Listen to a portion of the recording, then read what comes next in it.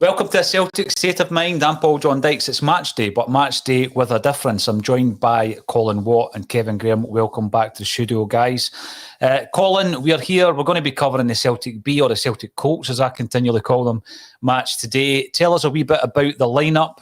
You're the man in the know. You've been doing the digging. Quite a young lineup for Celtic today. Yeah, quite a few 16-year-olds getting thrown into the mix here. And just before the teams came out, Willie McStay was saying that some of the older boys will only be playing 45 minutes. So as we go through the lineup, we'll kind of highlight that. In goals for Celtic is Ryan Mullen, the 19-year-old. He's had a bit of first-team experience before and he's been out on loan. He's an experienced head for the boys this afternoon. A back four, Joseph Murphy, who's only 16, Ewan Otu, who was out on loan at Clyde last year, made a bit of an impression. He's only going to be playing 45 minutes. He's partnering Dylan Court at centre-half and Brodie Patterson, who was out at Queen's Park last year. That makes up your back four. They play a very similar formation to the first team, so you've got the three in midfield of Mackenzie Carse, Ben Wiley, another 19-year-old who's only going to be playing 45 minutes today, and Bruno Davidson. And then your front three is Ben Summers, a 17-year-old, Adam Brooks, one of our top goal scorers, and someone who made his first-team debut a couple of weeks ago, Joey Dawson. So a bit of a young lineup for Celtic today as the game just kicks off. But excited to see what lies ahead for the boys over this 90 minutes. We've done a lot of talking about the B team, and it's great to be able to watch live when there's no other football happening. We won't be commentating on the game, but we will be doing what we call a watch-along. We've done it a couple of times with the first team. And in actual fact, Kevin, you remember back to the early days when we were doing watch-alongs for all the games in lockdown. But the problem was we were getting texts to tell us that Ferencváros, for example, had just scored, and it took about 3 minutes for the Celtic TV footage to catch up, Kev. I know. So doing those sort of watch-alongs come with its own problems. But we had a good one in here. That was Kilmarnock. Kilmarnock. That was a good one with David and ourselves. That was a Kevin decent. Tate as well. That was a decent one. They do work, but when you're actually relying on club TV channels or dodgy streams or whatever you are, watching the games, then they can be a bit problematic. But it seems to be a big thing doing the English fan channels. Yeah, I see a lot of them. They seem to have it. It doesn't seem to bother them at the fact that they are a minute and a half behind. No. And when you watch it again, as well as looking at all the action when something exciting's happening, and that was a good chance. Almost, yeah. We'll also be talking about all things Celtic. So let's kick off by looking at the setup this season, Colin. Celtic B, we've been talking about how do you develop players? How do you get them? You know, there's a bridge there, isn't there, between the youth, as it was before, and the first team, and very few really over the piece were breaking through at the first team. You'll be able to name the ones who did successfully. But the massive reason behind us being in the league structure was to continue that development and bridge the gap. I mean, it's fifth-tier football in Scotland. Do you think it is something that after this season it will happen on a more permanent basis? Because it is only a one-year deal at the moment, isn't it? Yeah, it's set to expire. I think there's only about 8 or 9 games left in the season, as quick as it's went through. I mean, it has. You've seen the benefits. You saw the likes of Owen Moffat, who has really introduced himself to the Celtic support, not only this pre-season, but with some of the goals that he scored in this league. Unfortunately, he doesn't make the squad today through injury or illness. Not sure which one of the two it is. But even guys like Rocco Vata, who maybe 12 months ago Celtic fans weren't aware of, just as Brooks breaks into the box there, unlucky. Guys like that, we wouldn't have been able to get the chance to see the development of these guys. So you think about sometimes when you go to the games at the end of the season and it's like, oh, so-and-so's on the bench, and you go, who's he? This is giving you the chance to take a look into what is actually coming through our youth development. We spend a lot of money at Lennoxtown and a lot of fans really don't know what's coming through. But even watching these opening exchanges here, Celtic are playing the way that Ange Postecoglou's first team would play. Yeah. They're playing out from the back. They're looking for the pass, the movement. You've already got the invented fullbacks there as well. So it is good to see that things are kind of channeling right through the whole of the football club, and it's not the way it previously was. I mean, we took a look at the games last year when Celtic went away to... Is O2 limping? Looks like he's limping. Yeah, it looks like he is. Well, sorry to interrupt, mate. They were just saying before kick-off that he was only going to be playing 45 minutes because he's coming back from injury, so hopefully he's not aggravated anything. It looks like he's labouring, actually. Aye. You take a look at last season when we had the sort of ill-informed trip to Dubai. He wasn't labouring there as he flew into that challenge. But when you had the Dubai trip last year and we lost all the first team players, and you looked at guys that came through like Karamoko Dembele, Cameron Harper, Armstrong Okoflex, these boys were playing at a system that wasn't the same as the first team. So when they tried to make that step up and they tried to play the formation that the first team wanted to play, they didn't suit them. So it's good to see that you've actually got an idea and a sort of philosophy, and it's going right through the structure of the club instead of just depending on which sort of formation the coach wants to play. Yeah, that's one thing for me, Colin. I've been not involved in any sort of football at any sort of level, like youth level or anything like that. But surely you should have that like uniformity all through the club. That you should be playing a certain way, so these guys can actually step up into the team. I've been impressed that start off the young boy Brooks has made a decent start to the game as well. I've been really impressed with the pressing, the high energy press that the Colts are. I'm going to call them the Colts as well, Paul. I don't like calling them the B team. That they've started off as well, But I mean, surely that's a simple thing. You play the same way as the first team. You train the same way as the first. So it's the same philosophy as the first team as well, Kev. It's a comfortable factor for the laddies as well when they're making that step up. Well, you speak about that step up. We saw the likes of Owen Moffat make the step up in the cup final, and he didn't look out of place at all. He knew what his position was. He stuck to it, and he put in a decent performance. And when he's came on and made his kind of fleeting appearances for the first team this season, it's not as if he's looked out of place. So, yeah, okay, he's not got the physicality of maybe a first team player so far, but at least he's got the understanding of where he should be on the park. Yeah. Too many times I've seen youth players step up and it's just been like a rabbit in the headlights because they don't know where they're meant to play.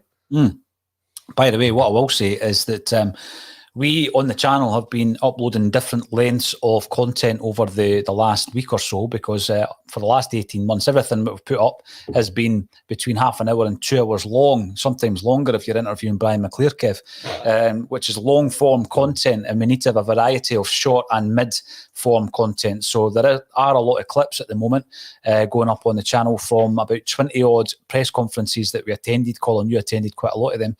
But on one of those press conferences, we spoke to Darren O'Day, and he was asked the question around the style of play, the philosophy of Ange, and how that could be carried on through the teams. And he spoke about that, and he said that definitely the Colts team, which I'm calling them as well, Kev, are going to be playing the same way as Postecoglou for all the reasons that you guys have already described. So it's interesting to watch the team in the same kind of shape.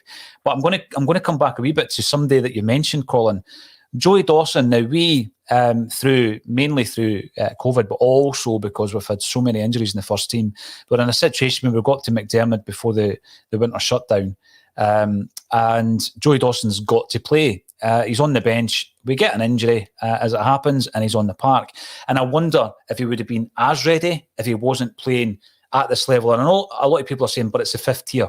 It's the fifth tier of Scottish football. I thought it was a goal there. That was unlucky. I think your stream's a wee bit behind mine, by the way, guys.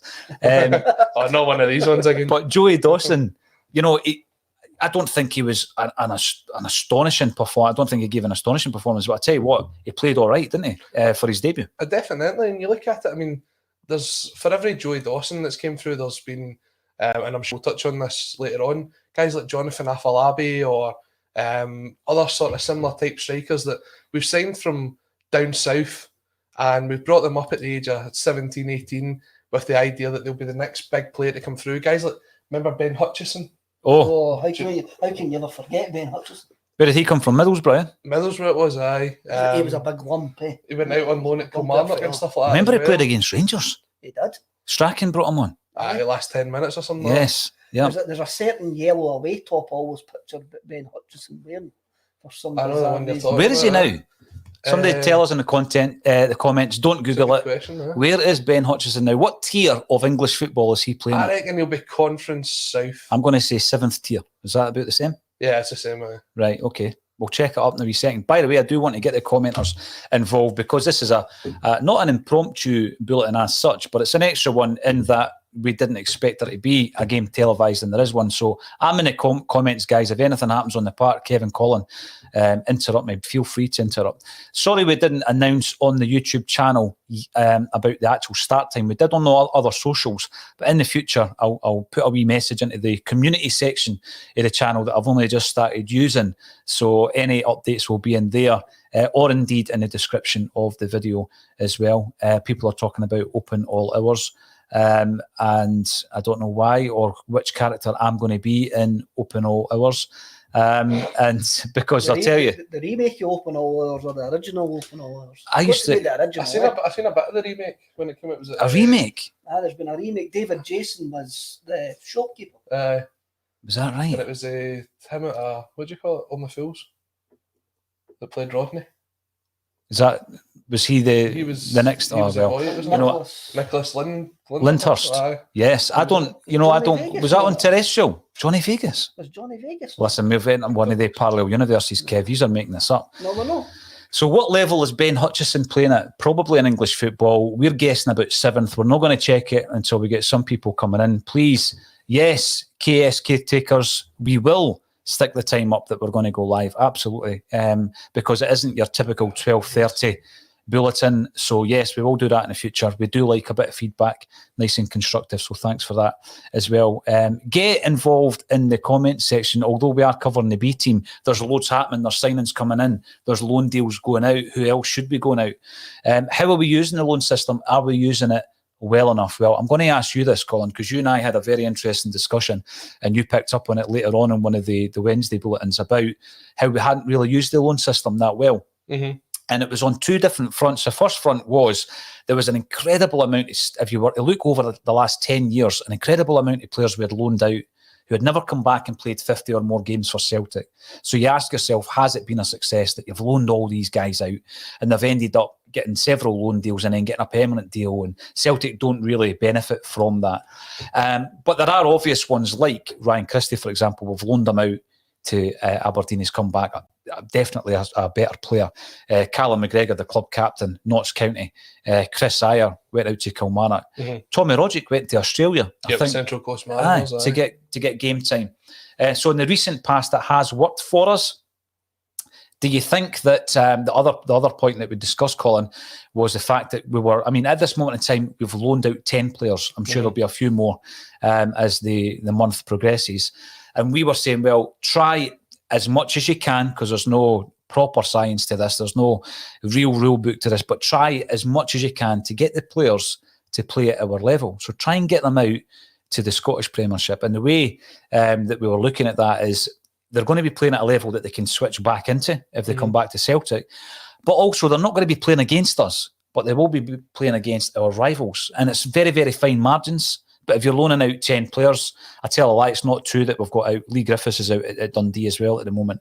Ewan Henderson's at Hibs, that will become permanent. And Liam Shaw is at Motherwell. But if you've got 10 guys, Colin, and they're all playing for opposition teams, they're all playing against your challengers for the league title, there is a good chance that they will do some damage. Absolutely. And that's been one of the things with Celtic's loan spells over the last number of years is a lot of the guys have went down south or nearly Celtic falling 1-0 behind there. Good cross coming in from the left-hand side. It's all been down south, isn't it? That's like a horrendous kit that the Braves are wearing. I thought we were going to touch on that, but... there'll be a wee segue into bad kits just in a few moments. That's a 1980s nightclub carpet kit. It's a 1990s Umbro kit, Kev.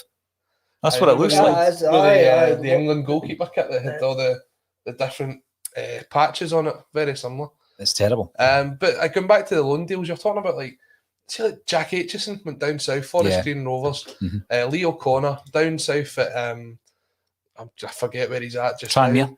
Scott Robertson, guys like that, guys that we obviously think have the chance to make it into the first team in the future, and they're not playing at the level that you think that, you know what, they can step up and put that performance in for Celtic. Mm-hmm. Playing for Tranmere, when does that mean that you're actually going to be able to play for Celtic? So we've got two guys doing at Tranmere at the moment, haven't we? We've got Duhan. You watched a bit of Duhan a couple of seasons ago, Colin, when he was at Ayr, I think. Yeah, Ayr United, yeah. But he's at an age now. He's the same age as Conor Hazard, 22.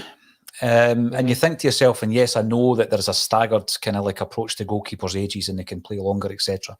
Generally, although in the modern day we're seeing a lot of players playing well into their 30s. But if you've not made the grades at Celtic by the age of 22, do you have a future in goals? I'm talking about. I mean, because people might cite Ralston as a very good example. McGregor was 21 before he played for Celtic's first team. Danny McGrain was 20 before he kicked a ball for the first team. But at 22, as a goalkeeper, if you've not made the breakthrough, I would doubt that you ever are going to make the breakthrough. So, you know, you've got Duan, who's down at Tranmere. He's touching something like 75 to 100 senior performances, not one for Celtic. No.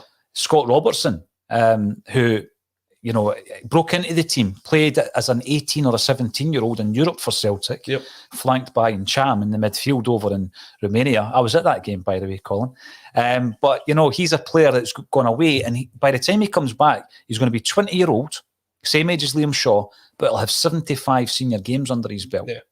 So that, I think we're managing Robertson pretty well, but I don't know if it's at the right level. That's the thing. It all comes down to level. So you can say, like, Luca Connell, who's been playing for Queen's Park. Again, a young, bright talent that was coming through. Ireland under-19 international. The same as we had with the boy we were just talking about that we're getting rid of, the striker. Totally forgot his name. It slipped my mind. Irish striker. Coffee. No. Was it Dundee? Jonathan Afalabi.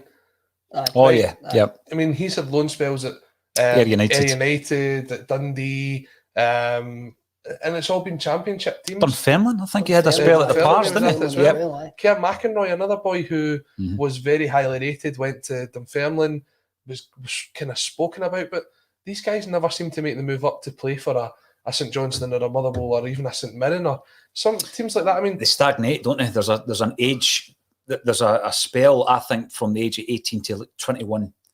And very few players, I mean, McGregor's been a bit of an exception, that if you don't get the right level of game time, Colin, it's very difficult for them to come back up to that because they've stopped developing. Well, it's not even that. I think it's a lot of teams don't give these boys a chance. And then you see it maybe 5-6 years later on when they make a move up the leagues, they make the move to Motherwell, and then suddenly it's fans are going, well, why didn't we take a chance on him when he was here at the time? Look at Gallagher, who made the move from Motherwell to Aberdeen. How many Celtic fans were screaming for us to have signed him in the summer to add something to our defence? And you're going, well, he had his chance when he was at the club. He came through the youth system. I remember hearing the calls. I know. I remember hearing the calls and wondering to myself, are you watching a different game? The players that leave him and O'Donnell, I don't think were ever at the level to actually play first team football for Celtic. It's revisionism at its highest, isn't it? The boys that left Celtic are not the players that they're calling to sign 2 seasons later.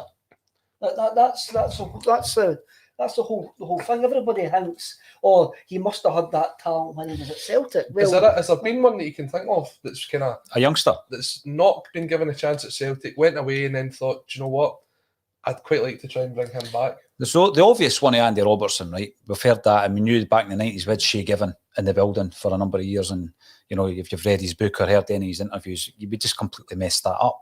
But there's very few, Colin. There's very few you look at and think, well, they've went on and they've proved us wrong. You know, in terms of youth players, there's plenty of transfers that have gone elsewhere and done okay. But I just think in terms of youth players, I mean, you look at the amount of players right down the leagues who started off at Celtic, Colin. You know, and it's almost as if we've been running this facility up at Lennoxtown, and I think it costs in the region of £2.5 million a year for the youth, the academy, to furnish other teams with all these players. And what frustrates me, and we'll talk about it as the game goes on today, because I know Kevin obviously was interested in some of the Bayern Munich boys, but the amount of players who have left before playing, but we would have rather they stayed with us, and they've left because they see a better pathway with the likes of Bayern Munich, Liverpool, Blackburn Rovers, Watford, and there'll be other teams as well, but we've listed them in the past, Kev, 8 young players that's never kicked a ball for Celtic. We're watching a game on the left-hand side of the studio here between Leeds United and West Ham United, and starting for Leeds is Leo Held. He started today. He's having a fair old challenge, I'll tell you, but he started for Leeds today, and on the bench is Okaflex for West Ham United, Colin. So these are 2 guys that potentially, you never know how they're going to develop, but you're looking at how they've developed already since they've left Celtic in the last 6 months, and they're playing in the FA Cup. Huge was one I never wanted Celtic to let go. I was really disappointed when that deal ended up going through. I know Celtic got a decent amount of money for him. I think it was 7 figures in the end. But did they get as much as that? Much as that, aye. But when you look at it and you're saying he's 17 years old and you're sitting watching him here and he's 6'2", 6'3", he looks so commanding. Everybody said that he was going to be the next kind of big thing coming through, and John Hughes certainly did. What was it? Next Virgil van Dijk, he called him, wasn't it? Mm-hmm. And he's not been given. He was never given the chance. I know he was. He looked good in pre-season as well, didn't he? But he's been having a torrid time, as you say, against a very physical West Ham side, but he hasn't looked out of place. No, physically. And his stature wise, he hasn't looked out of place, and he even looks comfortable in the ball. But then it's extremely obvious that Leeds United offered him a pathway. It is extremely obvious. Is that something that you think that in a very short time? Oh, hold on! It's a goal for Celtic. Just as Kevin walks out the room unannounced, scored by number 10, Ben Summers. Interesting stat about Ben Summers, Paul. He was actually picked to play for a Celtic team as part of the Tommy Burns documentary a couple of years ago. He's in the under-18s team. Right. Scored a fantastic goal a couple of weeks ago. Some lovely footwork from Celtic there at the edge of the box as the ball's played in from Mackenzie Cars. Nice. And it's a lovely wee pass from Ben Wiley. It plays him in. Very Ben nice. Summers slots at home to give Celtic the lead. Coming up for the 20-minute mark, and to be fair, on a balance of play, Celtic's absolutely deserved it. Oh, definitely. But I mean, you just look again at unlocking a packed defence, Colin. We've been talking about that all season. It's been a problem for the first team. But when you've got skill like that to just flick the ball through. That's unbelievable from Wiley. Brilliant. Absolutely superb. And when you see them celebrating as well, Joey Dawson looks like he is playing with the young boys at the school. He's the one that was born in the February, so he can play the year below. Absolutely. Caledonian Braves. Let's go back to that kit. It's a shocker. Now, I don't know who the manufacturer is, but these are the kind of quirks that we do talk about from time to time. We've got a lot of big kit. Good save. Oh, great save. Almost responding immediately at Caledonian Braves. So bad kit or not, with an equaliser. But that was a good save. That was a good stop. Let's talk about the goalkeepers then, just while Kevin's left the room. Conor Hazard. The curious case of Conor Hazard, Colin, right? So last season was a disaster. We all know that, right? But it was a case of what can we really extract from it? What players can we still progressing at the first team? And, you know, you've seen the performances, for example, of Callum McGregor, who it's night and day when you compare the performances to last season. So there's an argument to say, right, your performances of last season, you can't really judge a player fully on that, you know, if you look at last season. And I think, you know, for example, David Turnbull had a good season last season. He's had a good season this season. But I would be reluctant to completely write off a player on the basis of last season, unless it's somebody like Salt, for example. You just need to look at Duffy. Duffy goes back down and starts performing again like he did, like we knew he could. So when you're looking at the goalkeeper scenario last season, Kim, just as you re-enter the building, Conor Hazard's a strange one. So last season, he was one of 3 goalies that got a fair bit of game time. He's written his name into the history books, virtue of a penalty shootout in the Scottish Cup final, which was a quadruple treble clincher. And he was immediately, like many young players are, he was immediately given an improved deal, long-term deal, 4 years I think it was at the time, right? And we've never seen hide nor hair of him since, really. I mean, there was one occasion where the Celtic B team were playing Clyde and he brought down David Goodwillie 3 yards out the box. Clyde got a penalty and Hazard was sent off. He didn't even touch Goodwillie. That was terrible. It was a dreadful. It was a terrible decision. Eh? So you've got to ask yourself, where are we with him? He's a full international for Northern Ireland. He's got first team experience. I asked the question in one of our press conferences with John Kennedy, which is up on the channel now, about Conor Hazard, and he was a wee bit vague. I would suggest he was a wee bit vague about the future of why give a player a 4-year deal and not have him as part of the squad. See, Conor Hazard, even though he's always going to have that, he's always going to have that cup winners medal.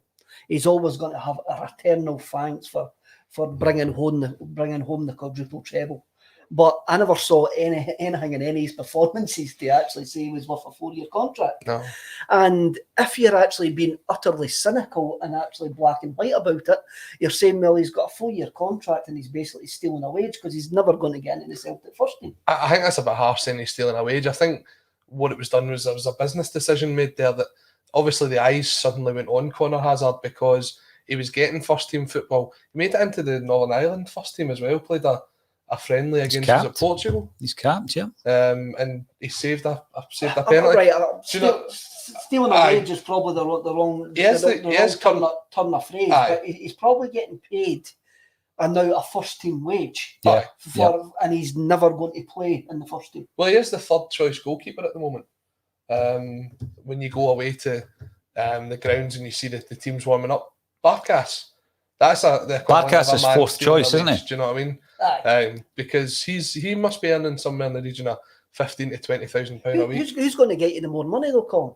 Barkas is going to get you the more money in the club than Conor Hazard. Well, that's the thing, but with Conor Hazard, the way that his contract, because I believe his contract didn't have that long left when they gave him a new deal.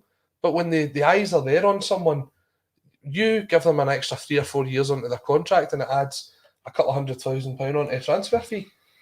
So over the long term of it, if there was going to be interest in Conor Hazard, which there was at the time, Celtic could have cashed in on it, but there's a lot of thing, isn't it? Because you look at it, you've got Ryan Mullen, you've got Ross Doohan, you've got Toby Oluwayemi, who would normally be playing for the B team today, who, going by sources that we hear from inside the club, is meant to be the long-term future of the goalkeeping department.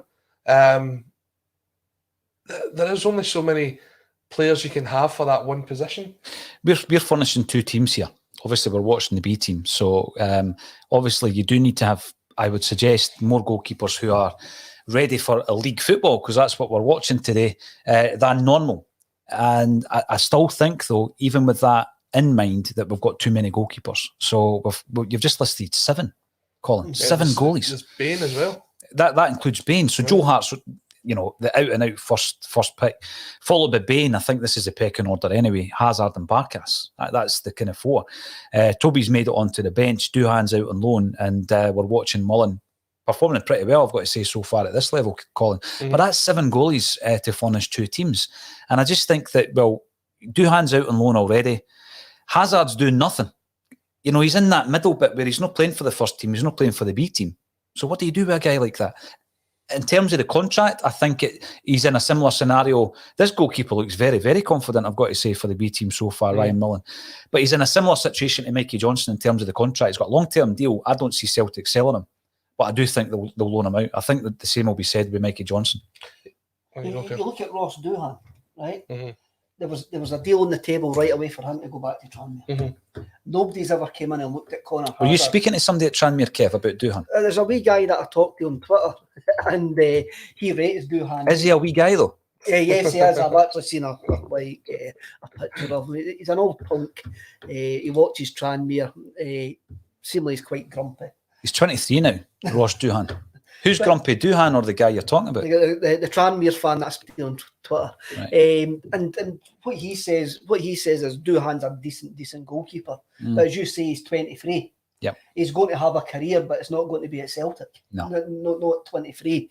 But the point I was maybe trying to make was there wasn't a clamour for Conor Hazard to go anywhere on run. No. Well, we don't know, though, because I was going to bring up the Stephen Welsh thing. You just don't know who's interested, because that one came out of the blue, didn't it? Udinese interested in Welsh. There might be teams out there, Kev. If you look at it historically, there's always been some Premiership club, League One club, Championship club always want a Celtic goal.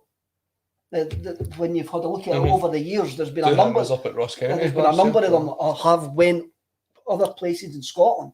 So it's not as if for some teams it seems to be the first port of call will phone Celtic for a goalkeeper. So for nobody to want Conor Hazard either says to me, 1, is he rated that highly, or 2, the wages have now priced him out of that market. I think when you look at it, when did Joe Hart actually come into the building? Well, we had already played the first 2 legs, the qualifier for a kick-off. So you're talking what was it? Bain played at July? Tynecastle.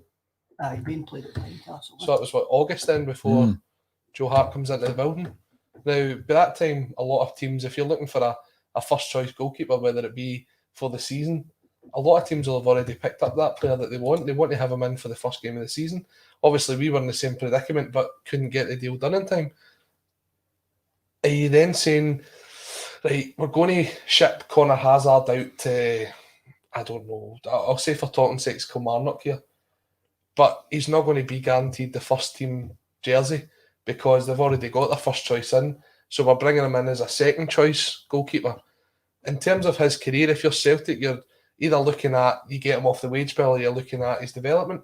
And if they're looking at it in terms of his development, are they really going to want him to go out there to be the second choice goalkeeper when there's every chance with everything that's going on in the world with COVID and with injuries that you might have to turn to him in a couple of weeks? I mean, if it wasn't for the fact that he was himself unfortunately unavailable, he'd have probably been the goalkeeper at St Johnstone a couple of weeks ago.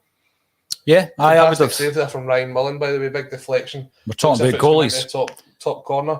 You would think really he knows save. that we're talking about keepers because he's been pretty impressive. Ross Doohan, just checking his stats actually, he's had quite a few loan deals. He's been at Dundee United, Cumbernauld, Colts, Ross County, Tranmere and Ayr, and he's racked up 109 appearances. He's getting game time, Paul. Yep. He's out there getting constant game time. And this is where the club probably need to start having to make. I mean, you've listed 7 goalkeepers for 2 teams. There's some hard decisions I've got to get made there. And there's some. Well, where are we with him, do you think? Doohan and Hazard. He's 23, he's played 109 games, not one for Celtic. It's time to let that guy go and progress. It's interesting. He's actually, I think he's got the most clean sheets for Ayr in the club history. Because he was there for about 2.5 years. The guy's obviously got ability at a certain level. Aye. The guy's obviously got ability at a certain level. You got 30 clean sheets in 80 games. Aye. That's astonishing. I mean, that was when Ayr really were pushing to get up promoted a couple of years ago. Was it under McCall? Ian McCall was in charge, yeah. They were looking to get promoted into the top league. They were kind of sitting top for a while. And then who did I see that Ayr United were going to appoint there? Lee Bullen. They did. Lee Bullen. They appointed him. Good appointment. Pennycook boy, Lee Bullen. Played with Pennycook Athletic. And then he had one of the most interesting playing careers ever that ended up with him playing against England for Hong Kong. And it was at that time where they had the dentist chair, remember? He was there. He was on that night out, Lee Bullen. He was playing for Hong Kong alongside Dave Watson, the former Everton centre-half, Kev. Bizarre. But he made his name both at Dunfermline and Sheffield Wednesday, Lee Bullen. Played with Meadowbank Thistle, the now defunct Meadowbank, now Livingston. No, you mentioned Sheffield Wednesday. Is that not the last time we saw Connor Hazard? Did he not play pre-season against Sheffield Wednesday? Aye. But yeah, he's been on the bench a couple of times, that's for sure. I've seen him when I've been going around the tour of Scotland this year and seen him being the sort of third choice goalkeeper. But he's had his loan spells as well, Connor Hazard, at Thistle and at Dundee. But as you're saying, it comes to the point where you're saying, right, there's only so much development you're going to do at Celtic. You've maybe hit your peak. This is hit now. If you're not in the first team squad, then there's young boys that's coming through that have still got that chance to do that. Guys like Ola Yemi who's coming through. So, considering we don't even know what the future of this Colts team is for next season, I think there will be. I think that's a given, mate. I do think it's a given that they'll be in the league. You reckon they'll be in this league, the Lowland League, or the? I think it's the only way. I mean, as you know, the teams in the Lowland League don't even want them to enter at that level. But I think that will be the entry level now that there's been a precedent set. The Lowland League and others want them to start at the very bottom tier, don't they? Well, you've got the West of Scotland leagues that's. Well, I say that. Many of the clubs. Yeah, many of the clubs do anyway.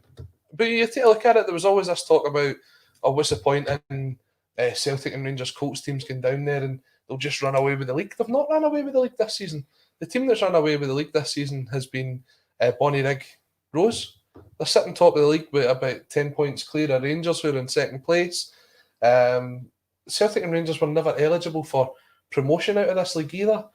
It's not been this sort of they're going to turn up and win every game 8 or 9-0. Anybody watching this game right now can see that the standard of the boys that are coming through against the seasoned professionals, because there's guys that have played at a higher level than the Lowland League. It shows that this is the right level to put the guys in at, and they're saying, well, what's it going to do for the the national team, you're not going to see that in one season. What you are going to see is maybe the likes of an Owen Moffat, who plays week in, week out for the B team, then eventually makes his way up to the first team. And when he makes his appearances for the first team, if they're impressive, he gets called up for his national team. You're not going to see that improvement over one season.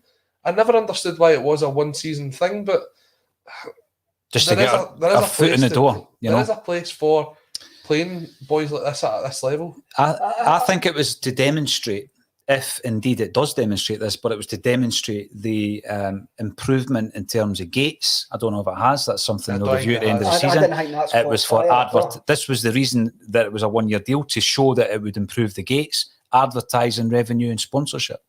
So that was the reason why there was a one-year deal, so that Celtic and Rangers could turn around to them and say, "You have made X amount extra because we're here." It's no caught my imagination the way I thought it was going to do. I could picture myself going to these games and there's a few of them played at Fourth Bank. There's quite a few of them in the Central Belt as well. And I can see myself going to a couple of away games here and there. For me, I don't think Celtic have well publicised it. I could have just missed it. Would you have gone if it was on your season ticket? I probably would have went if it was on my season ticket. I probably maybe would have went if my son was older. And this would be a perfect type of game. A wee Sunday afternoon, go and we'll go there. If he's not interested, then I can leave. If it's on the season ticket, I'll go, all right, I can go away. It's not going to really make much of a difference. But I don't think it's maybe made a... Obviously, we can't comment. Maybe Amy would be able to comment better than what me and Colin can, and Paul can. There was an initial down payment as well, wasn't there? The initial down payment. It was nothing, though. It was like £1,000 a team or something like that. Did Bonnie Rig Rose, when we went there, get an extra 500 fans through the door? No, they didn't, because it was the first game of the season. But that was because of the crowd restrictions. I'm just using Bonnie Rig as an actual example here. We saw the highlights just before this game kicked off when we played Caledonian Braves. Look how the goalie's playing right up the park like Joe Hart there, Colin. Yeah, I've seen that. Sorry, Kev. When we played Caledonian Braves somewhere in Motherwell, was this an AstroTurf somewhere in Motherwell that we played them in? So I don't know. I don't think it's caught fire the way that people imagined it. It hasn't caught fire with me. Truthfully, I'm glad I'm watching this game today because it is a decent standard. But Caledonian Braves are made up of young laddies who have been rejected for football academies. Used to be called Edu Sport Academy. So this again, for me, is a perfect grounding for 16 to 18-year-olds at Celtic. Thing is, Kev, we're talking about the kind of commercial aspect that I think would be held as a carrot to a lot of these clubs in the league. But really, the more important thing is the development of the players, isn't it? From a Celtic point of view, it's the development of the players. Yeah. And they're playing against guys who are 27, 28. It seems like a decent enough level, but I didn't want to see Celtic 19, 20-year-olds playing at that level. I want to see them play at a higher level. I'm quite happy for guys at 16, 17, 18 to be playing at this level. And I'm no downgrading this level whatsoever. I'm just having a look at it from a Celtic point of view. Didn't Held play a few games, Colin, this season at this level? Yep. He must have been looking at it, and I don't mean disrespectfully, but he must have been looking at this thinking, I'm higher than this level. And today, playing in the FA Cup would probably prove that. Do you think Hazard's in that boat as well? International caps, etc. You know, he's played against Clyde this season at this level. Do you think that was the only game he was eligible for? That's the thing, because of the way that the rules have been set up. Because that was a cup game, wasn't it? Yeah, because that was the the SPFL Charity Cup or something it's called now, but James Anderson's invested in it. Right. Is that the Iron Brew equivalent? The Petrofac, that one. The one that used to have the teams from all over the UK entering as well. But it's had so many names. Oh, nearly 2-0 to Celtic there. Decent effort. Do you know, you were speaking about that, Kevin, about maybe taking like your boy and that along, and I was trying to think back to, see at the start of the season when we all renewed our season books, we were told there was so many benefits that was going to be included as part of the season ticket this year. And I really did think that there was meant to be something to do with the B team in it, but there's not been. But then why shouldn't there be? And the women's team, why not? I mean, they're now looking to try and create a new market for two Celtic branded teams.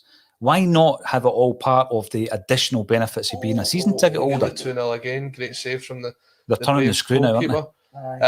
Well, that's what I was looking at. So I did think that there was going to be one of the B team games that get played at Celtic Park this season that you'd have been able to get along. I do remember that actually. If crowds were permitted, but just looking back at it there, I did have to look it up to make sure it was accurate. That wasn't the case. It was only just a women's team's game. Right. So there is still one women's team game to be played at Celtic Park this season. I mean, obviously we're playing this this is at Airdrie as well, so we'll be paying the Airdrie rent for the stadium. But was this not part of the Barrafield deal that they were putting in a stand at Barrafield? That's what they're working on at the minute. They got the planning approved. Aye, because this is a community stadium now, isn't it? Aye. So Airdrie actually probably won't benefit. It's a bit like Clyde. As a council, isn't it? Yeah. But you're right. Aye, that was what the Barrafield. So it's a long-term project. There's a lot of these things that sound great, but it's not going to happen overnight. I just think that as a fan, if I'm looking at that level thinking I don't fancy it, it's too cold, Kev, because there's snow in the park there. We're in sunny Dalkeith, there's no snow here. Or they've not bought into the women's game, and we've seen that on a lot of the comments when we've covered the women's game as well, Kev. Maybe having that access to the games would get more people's buy-in. What do you reckon? It would. That was a great finish by Dawson. That was a good finish. Quick feet. Very, very quick feet. Quick feet, 2-0 That was Celtic. Ben Wiley, actually, that put that in, was it not? Was it? Was it number 8? Number 8, Ben Wiley, who put in the fantastic assist for the first goal as well. Just as Held comes off for Leeds United, by the way, in the first team against FA, in the FA Cup against West Ham. Bit of a mix-up in the defence, and Wiley just takes a touch to take it in the goalkeeper and tap it into the empty net, and it's really a good feat he's got. I mean, he scored against Caledonian Braves when we played them last time out in the 3-2 victory, and he's coming back to haunt them again today with a goal and an assist. He's only playing 45 minutes, and I'm sure Caledonian Braves will be delighted at that because he's tearing them apart at times. The first touch was good there. He got a wee bit lucky with the second one. The guy sort of dived in, and I think he knows that himself with that wee cheeky laugh that he's got there on the way back to the halfway line. He looks a big fella, He's he looks a commanding figure, He's a unit. They've given it to Dawson. Good. Listen, I'm going to bring up some of the comments for anybody who's getting involved. Obviously, we're doing a watch-along, but you can talk about anything Celtic related. Or, just throw in any other questions that you have. And that's exactly what Lovett has done. Kevin and Colin can't see the actual stream, but he likes Kev's T-shirt. Kev, over to you. Talk us through it. This T-shirt is from a company called CS Terrace Tees. You'll find them on Twitter, and it celebrates the original fun with Gary Oldman. And I'm going to call him Asif, but I think that was his Grange Hill name, the guy who played him. And it's the famous moment when he turns up and the fun the West Ham fans are going to find the Charlton fans, and he turns up with a half Celtic, half West Ham bobble hat on. and Gary Oldman goes to him, "What the F have we got to do with Celtic?" That's interesting. I love Celtic references, sometimes random in movies, Kev. So there's two things I want to pick up on there. The first one, I used to get a bus in the West Fife village of Oakley called Ding's Bus, because the guy who drove it was called Ding. And this guy used to get on it, and he had the West Ham badge tattooed on his forearm. But he now lived up here, and he went and followed Celtic. Can't remember his name. He had a chippy van, which on the back had the motto, "Yippee, yippee, it's the chippy." Don't know if it still does in the West Fife villages, but if it is, let me know what the chips are like. But he was a West Ham / Celtic fan. So I mean, back then you seen a lot more of the half and half hats, which were a different thing from the half and half scarves that you see these days. And I remember seeing Everton ones, West Ham, Liverpool, Man U. Very little Man United at that time. Not as many as... I mean, you look around, in 1984, there was a load of Everton ones appeared because of Rapid Vienna, and Everton fans having the banner. At Rotterdam, it should have been Celtic. So around about that time, I remember going to the games and used to see a lot of half and half Celtic and Everton hats. Then obviously, he did always have the Merseyside connection with Dalglish as well. Yeah. But a lot of people wouldn't actually think that. I used to see blue hats in the jungle and the Celtic end as well. You never seen many Celtic West Ham hats, and I remember watching the fun for the first time. Obviously, I think it's got something to do with the writer. is putting a Celtic reference for some reason, but it's a very, very good film. There's some quality British actors in the original version of the film. Wait, is it streaming anywhere at the moment?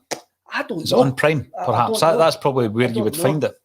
It's a great performance by Gary Oldman, an absolutely fantastic performance by Gary Oldman in it.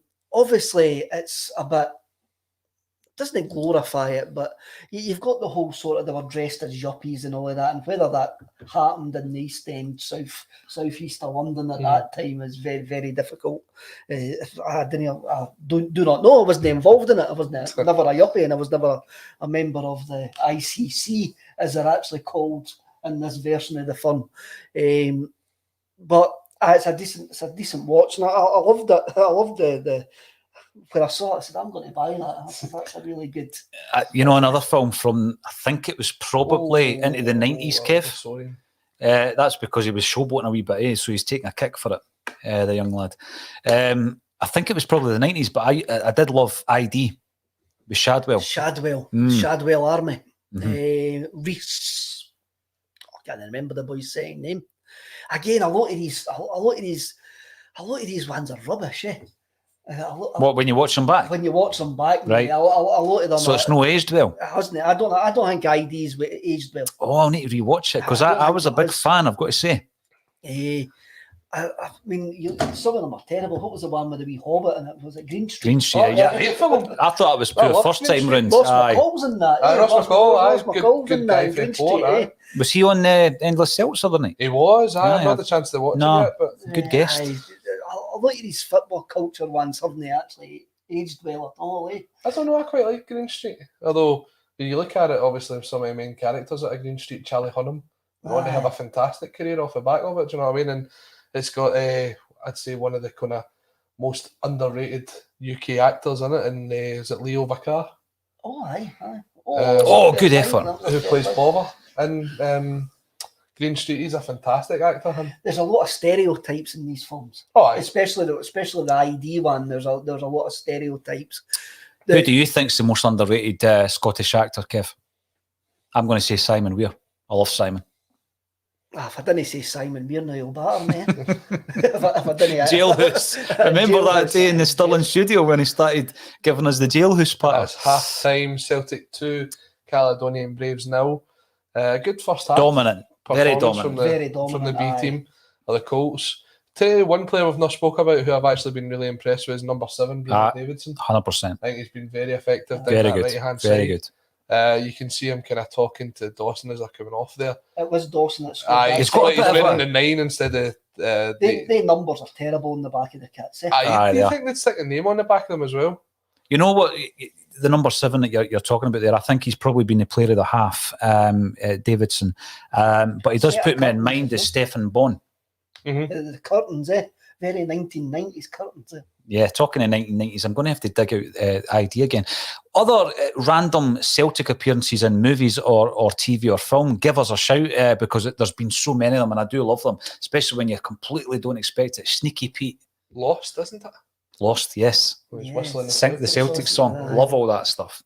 I'd like to see a compilation of them. So throw it up in the comments section and we'll see if we can get them up on the chat. Shameless as well. There's a Celtic. There's a wee Not the View statue in Shameless. Is Armageddon the one where they're watching the Ryan Giggs testimonial on the TV? I see that. No, is it the day after tomorrow? Is it some disaster movie? They're watching the Ryan Giggs testimonial, Celtic Man United. Brilliant. Now, Peter McDonald comes in to remind us that Leo Held started for Leeds today. Absolutely, which is... it's appropriate to what we're talking a fair bit about today in terms of development of players coming through. We were talking about the goalkeepers earlier on. We would expect a wee bit of movement on the goalkeeper front because we now have 7. We counted 7 goalies within the first team and the B team. We've spoken about Hazard. Kev, let's have a wee chat about the talents that we've not been able to hold on to.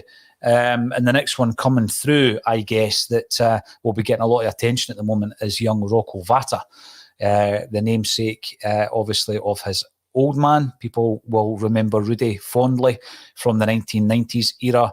He's come through, and I don't know if you remember, but I got a Facebook memory today. 4 years ago, we interviewed Rudy down at the penalty spot in Sword Street in Glasgow. Great story. And Rudy was a tremendous guest. Unbelievable story. All about how he sought asylum whilst playing for Albania against France. And he's playing away from home. He's playing a French team that I think comprised of the likes of Basil Boli, maybe Ginola was kicking about. That's me just getting my Ginola mention in there. And what he's done, as soon as he's came off the park, him and I think another 3 or 4 Albania players went straight to the police station, sought asylum. And from there, he started playing football in France. He signs for Liam Brady. The rest, as they say, is history. Came over with very little. And I think Rudy Vata has become a cult hero, would you think, Colin? He's part of our cult hero team, for sure. Aye, definitely. Rudy has. And one of the best guys ever, Kev, to actually have a chat with that played with Celtic. So humble. He is. What a story. And it's something that I remember when we signed him in the 90s.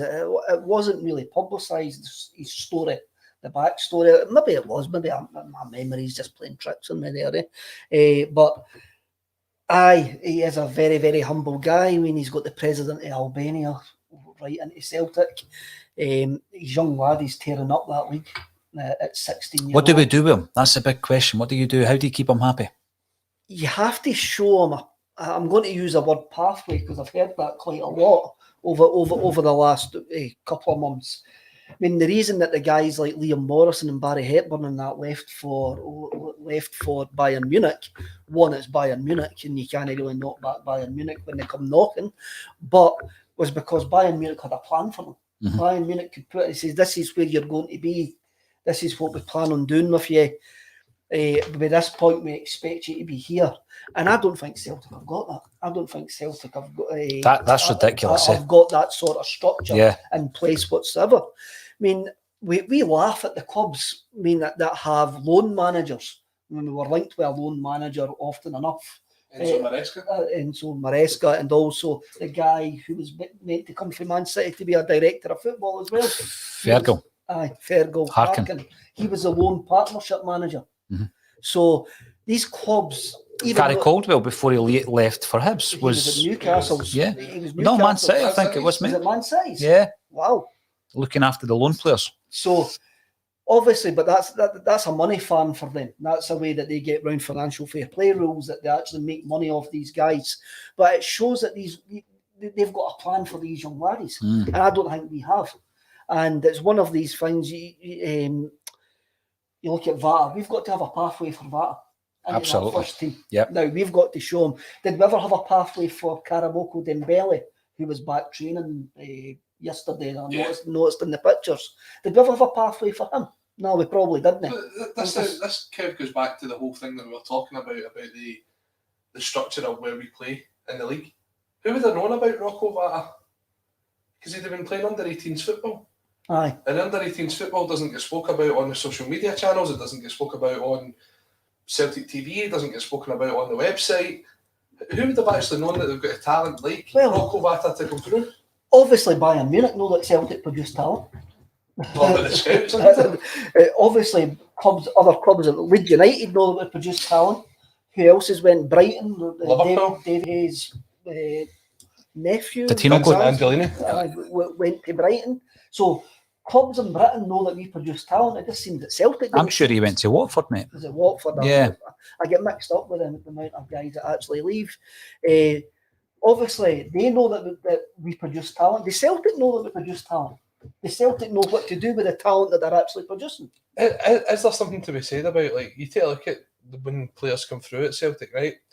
So obviously the kind of biggest player that's come through this season or the season before, you'd say maybe be Adam Montgomery.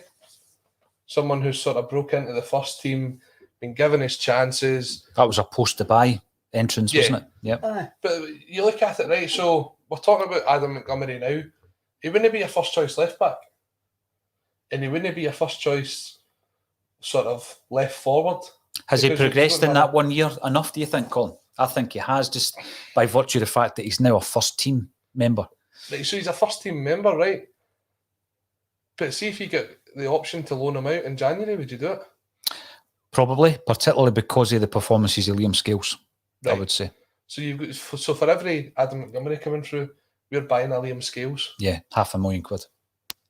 Yeah. So it's either you know that these boys are going to take 6, 12, 18 months to get to the level that they need to be. The way that we accepted it with Kieran Tierney, because we had Izagiri to fall back on. Mm-hmm. And you say, well, do you know what? We can allow him to get half an hour here. He'll play this game. He'll play that game. If he keeps a run of form going, then he'll be your first choice. And then if there's ever any injury, you can turn to somebody else. I don't think there is someone that's there for Adam Montgomery coming through at the minute, because Greg Taylor is somebody that really splits the fan base. I know you think he's a solid defender. I think he's a solid defender as well. But when you saw the announcement of when he got his 4-year contract, Celtic fans were going absolutely nuts at why we're giving this guy a new deal. And then, I mean, Volleyball and Golly speaks for itself. We saw what happened with him. I think his Celtic career is over. So can you take that risk with an Adam Montgomery at the minute? And is that what it comes down to when you're bringing through young players? Is, well, we've got someone who's number one at the minute. This is the guy we see to be the number one in the future. We can bring them through because they're almost at a similar level. We don't have that. I think that's why you don't see someone coming in through the midfield. Like Ewan Henderson is a great example. Him and Liam both came through as really highly rated prospects in the middle of the park. They were both players who, when you saw they played 90 minutes for Celtic, they never looked out of place. But were they going to be there consistently for the 90 minutes? Because they were behind guys like Ncham, Beaton. I'm trying to think of others that were there at the time of Liam coming through. They had a fair amount of traffic in front of them. Whereas with Kieran Tierney, it was him and Izagiri, and that was it. See, when you're talking about that, again, interestingly enough, if you check out the clip section of the YouTube channel, we've uploaded the very question of Callum McGregor's development and how going out on loan was pivotal to his development. And, you know, he talks about the fact that, you know, a lot of that comes down to the player. So you get the opportunity to go out on loan and you've got to embrace it rather than look upon it as saying it's basically 1 foot out the door in terms of your Celtic career coming to an end. And a lot of players, I'm sure, look at the loan moves like that. So when you get a player like Henderson, who's had a couple of loan deals, I think Ross County was the big test for him, Colin, when he goes to, you know, he goes to Ross County. Waste. And you compare that, the impact or lack of, to Held and where both players are now. And I know there's a few years between them, but Held went out there, he impressed. He had the manager probably overstating his performances, but he came out and praised them big time. Henderson went there and almost disappeared at Ross County. And in fact, was the loan deal not cut short? It was cut short, yeah. Then he went to Dunfermline. He went to the Pars after that. He went to Dunfermline and struggled at the start, but was one of Dunfermline's key players towards the tail end of that season. See, when we're talking about midfielders, right, we always spoke about, for about 4 or 5 years, when we knew Scott Brown was coming towards the end of his Celtic career, who is the next Scott Brown? We kept saying, who's going to be the guy that comes through? Who are we working on in the background that's going to be the next Scott Brown? See, when you ask Scott Brown that, he kept mentioning players from the youth team. And time after time after time, the one player that he mentioned is someone that's not even at Celtic anymore, and Regan Hendry. Regan Hendry, he always said, was the guy, especially when Brown went down and coached the reserves. He was the one that he says, keep an eye out for him. He's going to be the one that comes through and makes it, and he could potentially be the new me in that team. Where's he now? He's at a Scottish Championship club, I think. So on that note then, Vincent Angelini, the interesting thing about Angelini is he's had his big move to Watford, Kev, and he was an alumni or a contemporary of the aforementioned Karamoko. So who's progressed more, would you say? Angelini? Or, I mean, they played in the Mark Overmars tournament together. I think Angelini got goalkeeper of the tournament. Dembele got the player of the tournament. So they played in the same team, came through the ranks, and apparently are good mates. He's down at Watford, progressing down in the under-23s down there. And you've got Dembele coming back for training. But I would suggest, but by staying at Celtic, Dembele, and where he is in terms of, if he's fit, he'll be in the first team squad. He'll be in Celtic's first team squad this season if he's fit. You would like to think so, eh? He's got to. He's maybe not progressed as much as we would have liked. No, he's definitely not progressed as much as we like. He's had a serious injury this year because this year was going to be a big year for him. That was a really bad tackle pre-season It against Bristol. was a shocking challenge, and again, that's probably held him back. But then last year held them all back as well because of just what was happening, like in the whole club. But the player himself must be getting. You were talking about these guys, the Celtic, the football department must sit in a room and go, right, what about this one? What are we going to do? And Paul was talking about how going on loan is actually viewed. If you say to Adam Montgomery, by the way, we're going to send you on loan because we see you being our first team starter in a couple of seasons and we want you to go and prove that you can actually do it at this level. At the moment, there's two guys in front of you and you're not going to get the minutes that we want you to get. So you're not going. I mean, I'm sure they do actually get told that when they go out on loan, but I don't think Celtic have got a clear pathway. I don't think Celtic have got a clear plan when they actually go like that. And maybe us as fans have got to look at it as well. Aye, wait a minute, Scott Brown's leaving, and we'll need to sign a replacement. And Celtic come and went like that. No, you're going to see enough of this boy. And in the middle of the park, who's going to say he can actually step in and go the minutes. Ange Postecoglou's style is going to mean a lot of rotation. So there is going to be minutes for these lads if they're going to get it. But I agree with you. I think if Celtic see Adam Montgomery as their future left back, then he's got to go out and loan. But you take a look at it as well, right? So obviously we're speaking all things Celtic today, and one of the things that seemed to break earlier on this morning was that Celtic seemed to be closing in on a deal for Riley McGree, I believe his name is, the Australian internationalist, was on loan at Birmingham City this first 6 months of the season. He plays for Charlotte FC in the MLS, and by all accounts, the deal's meant to be in the region of roughly £2 million. It's between ourselves and Middlesbrough, and Ange Postecoglou's sort of influence, I believe, we'll see him make his way up to Glasgow. Now, that's another midfielder. Now, we're talking about we've brought in Hatate as a midfielder, we've brought in Ideguchi as a midfielder, and then you're talking about bringing in McGree as a midfielder. And we'll speak about McGree again in a minute and how some people may not know who he is, but we'll definitely seen him before. That's three midfielders we've brought in potentially this window. And we've said goodbye to Liam Shaw out on loan. You've got guys like Tom Rogic, you've got Nir Beaton, who's had probably one of his best 6 months in a Celtic jersey so far this season. David Turnbull, obviously injured at the moment. All these other guys that are out on loan. Now, we looked at Ben Wiley here today, and he's had a fantastic first half. 19 years old. Where is that pathway? There isn't going to be one for someone like that. There isn't a pathway there for Ben Wiley. So, is it a fact that we're not actually looking at our youth development to say they're the guys that's going to come through? Because although we're watching them today and we're thinking they're good enough, they're not seeing it day in, day out at Lennoxtown to suggest that when they make that step up, they're going to be the ones that can compete at the same level as a Tom Rogic, as a Callum McGregor, as a Ideguchi, as a Hatate. Also, Colin, are we just in the middle of a vast Ange Postecoglou rebuild where he is going to actually need to focus on the first team at the moment and bring in the guys that he wants? Then once he's got that sorted, then he starts looking below. If that's the case, you probably lose a generation. That's the only thing, isn't it? You're going to lose guys like we're seeing here right now because they'll end up going elsewhere. Isn't this exactly why the Colts team are in the league pyramid for players who are 18 or 19? Is that not the perfect place for them? Is that better than under 18 football? I may be wrong, but I didn't know enough about youth football, but I think 18, 19 is too old for them to be playing lower league football. I think it has to be for 16, 18. I don't know. I think you're taking a look at the guys. I mean, when you're looking at this Caledonian Brave side, it's sort of different because they pick up a lot of guys that maybe come out of Celtic's youth system. There's 2 ex-Celtic. 2 ex-Celtic, 2 ex-Rangers, 2 ex-Motherwell, I think they mentioned earlier. Mm-hmm.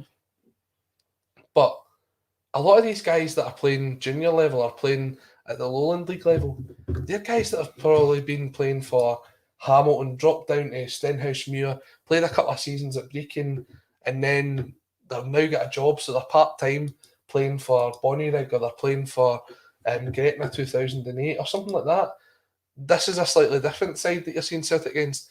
When Celtic come up against these guys, I watched the first game of the season, where we were speaking, obviously, Amy Canavan's part of the commentary team at Bonnyrigg Rose, and they had guys, the youngest player in that Bonnyrigg side was 28 years old. And you're coming up against guys that's Celtic had Rocco Vata playing at 15 at that point. They had other boys that were 15, 16, 17. That's a major step up, because at 15, 16, they're not going to go out on loan and get a game for Clyde. They're not going to go out on loan and get a game that's what I'm for saying. Queen's Park. So that's what I'm saying, Colin. That's what I'm maybe meaning. I'm meaning that if you sign a professional contract at Celtic and you're 16, 17, you should be playing for the Colts. But if you're 18, 19, there's got to be another progression path for you. So then if you come to, say, 19, where does your Celtic career go? Because we spoke about earlier, like, if you're 19 and you're not in the first team squad, is that you? Does that mean that you are... Because there's no reserve team, there's no under-23s, there's no anything like what you see down south. So if you're cutting the level at 19, which, by the way, it isn't too far off where you are for the B team, because you can only have one player that's in their 20s playing for you. That is part of the rules, but there is this group of players, your Cairn McInroys, your Luca Connells, who, and people not like me saying that, like Paul, because he knows I always say there is only one Luca Connell, there's only one Brodie Patterson, etc. But there has to be somewhere for these guys. So you look at Man City, who have these loan coaches, and they use the players that they bring through to generate revenue for the club. Maybe that's something Celtic need to do. Maybe that's a great ball through. Taking it around the goalkeeper. He's offside. He's offside. Yes. When you get to 19 and 20, if you're not in the first team squad, you accept that you're going to be at Celtic, but your future isn't going to be at Celtic. You're out on loan. So there has got to be something there. I think you can have a lowland league and you can still have a reserve team at Celtic. I still think you can have a reserve league. I think the reserve league is badly missed. It's something that will never return, though, because it was a financial issue that for many clubs, and that's the reason it disappeared. And it was so short-sighted by those clubs for it to disappear when you look at the amount of money it cost to run a team in the reserve league. And I think that we're so far gone now when you're looking at teams, Kevin, who have wound up a second tier or even a youth system within, teams like Falkirk, who would have had a reserve team for years, decades, right? They don't even have a youth setup now. And that will never return to a reserve league because clubs will never be able to financially support it. Celtic will be able to. Other teams, maybe 4 or 5 teams would. But, is in terms of the reserve league, I think it all hinges on where the B team are playing next season. If it's in the league pyramids, then they'll be looking to progress through the leagues to get that standard higher. At what point are you at the standard where you're playing kind of old-time reserve team football, Kev? Is it Championship? And I'm not being disrespectful there, because obviously you're playing against teams. I remember Celtic playing Rangers and they had Peter van Vossen playing centre forward for them. Dutch international. That's the reserve team. Used to get 20,000 at these games. So if it's more of a long-term view and they're able to climb through the leagues, because this is a one-off season to see how it works, at what stage do you think we're at that level where you're quite happy for an 18, 19, 20-year-old Colin to be playing what in essence is a reserve game for your B team in the Championship? Yeah, I mean, you take a look at, and I know it's not the best of examples, but you take a look at the Barcelona and Real Madrid B and C teams that are coming through the Spanish pyramid system. And you look at guys that are coming through that Barcelona team now, obviously not the Barcelona team we've all kind of watched over the last 10 years, but guys like Sergio and Dest and even like, was it Guavi is the new kind of star player that's coming through there. 17, 18, they were still playing for the B team as well. Messi was still playing for Barcelona's B team at 19 and 20. So there is, if the standard of football is good, which Scottish lower league football can have a good standard of football. I honestly think the most competitive league in Scotland year after year is the Scottish Championship, because there's about 6 or 7 teams that can actually go and win that league. League 1 and League 2, there's still some quality players coming through there. okay, it's maybe guys that have been in their 30s that are now playing part-time football because they've got a job. Guys like Rory McAllister, who scored 200 goals in his career. He scores for fun. There is some quality that still comes through there. That's the one big thing that I think is missing from playing at this level, Colin, right? And the players that I've spoken to who are ex-pros in the past who have come through, they speak about learning from that grizzly old pro that's maybe coming back for injury, out of favour, just about out the door, but they've got all this experience. And I remember talking to Stuart Balmer, Kev. He played with Celtic. He moved on to Charlton. He became a Charlton legend, actually. He ended up playing with Wigan as well. He went into coaching and management. And he was talking about playing reserve league football at centre-half alongside Tom McAdam, who at that stage would have been in his late 30s, maybe even touching 40. But they used to do that. And we then spoke to Brian McClare. There's another name drop, again, for the Klaxon, who, when he was at Man United for all those years in the academy, Kev, he wanted it to be something they had to do. They had to play players over a certain age in their kind of reserve team. And I think there's a lot to be said for that. You know, you imagine what you would learn. You couldn't learn it on a training pitch. You couldn't learn it out of a training manual, but playing alongside guys that have been there and done it. I know, and before I kind of answer that, Brian McClare's a lost to Scottish football. Yeah. That he's not involved in some capacity in Scottish football because he couldn't work a PowerPoint. Or he didn't want to work a PowerPoint, whatever way you want to look at it. Either way, he's a loss. Remember him in Greenock that night, Colin? He was brilliant, wasn't he? He was absolutely superb. PowerPoint or no. I gave him a mic and that was all I needed. You can't have somebody who's worked in one of the best academies in world football kicking about doing nothing. And the SFA brought him out just because he's Brian McClare. I think it says more about the SFA. It says everything you need to know about the SFA. That we do miss it. You do miss the reserve league. You also miss, like, you have a look at the guys coming back. You're having a look at the guys coming back in the first team squad yesterday, and you're going, well, who's Christopher Julian going to get games to get himself fit? Who's Karamoko Dembele going to get games to get himself fit? But then I'm going to go back to a point you made there, Colin. Was you're talking about guys like Keir McInroy. Keir McInroy's playing in the Colts team at 21, 22. Knowing full well he's only there to make up the numbers, and the hope that is a younger player that's going to make that first team. He's in that purgatory area. He's only there to make up the numbers, so that's no good for that player either. And maybe Celtic have got to make harder decisions at 18, 19 for these guys. And the hardest decisions for me is if there's no reserve league, these guys go out and loan, and you've got a loan pathway for them. And that's what. Do we have a loan manager? No. So they're basically Rangers have one. They've got players playing all over the place. Sometimes even let's know. Rangers have had one for a couple of seasons. I know that because my cousin played for Rangers youth system, and he was part of the kind of loan thing. Let's not beat about the bush here. When Rangers have appointed their director, the guy that they got for Southampton, Ross Wilson, they're in far better shape behind the scenes than what we are. At what kind of stage? At what level are we talking? That's one example, perhaps, with the loans. Where else do you think, Kev?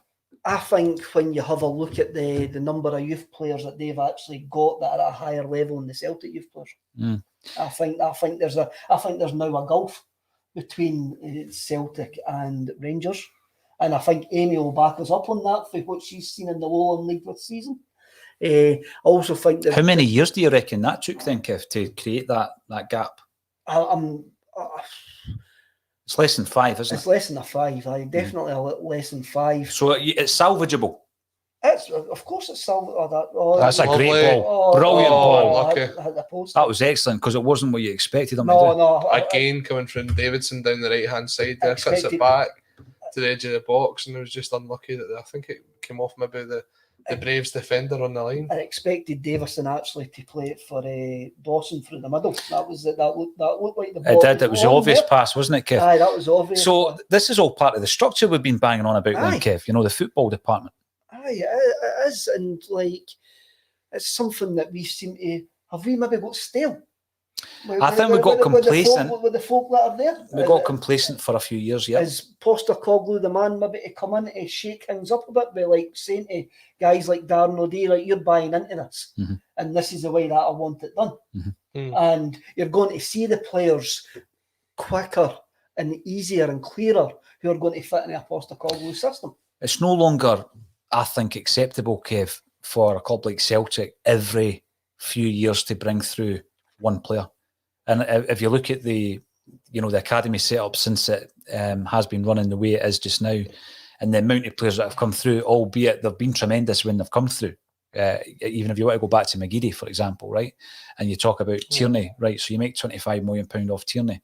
So do we expect no one else to come through for a few years because you made £25 million off of that one player?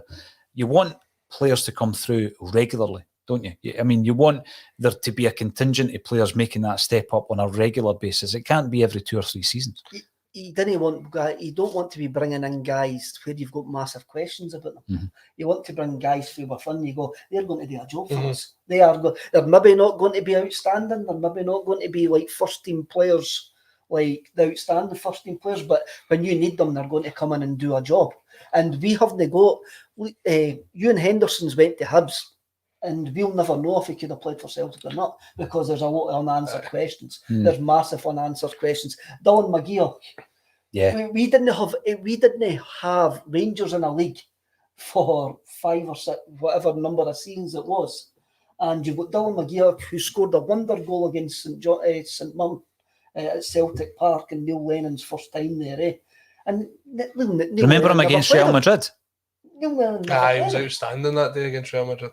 That was a perfect opportunity for Celtic to actually go, right, we've got an opportunity here. If anybody think that anybody that the coaches thought were going to make it, you had the perfect opportunity to actually bleed these guys into the side, and we never done it. We wasted a generational opportunity to actually make the academy work. Yeah, but see that generational thing you're talking about there, you look at that Celtic side, and we're always, I think, very complimentary about the fact that you've got Forrest and McGregor. They're not the exact same age, but they're of the same kind of era, age-wise.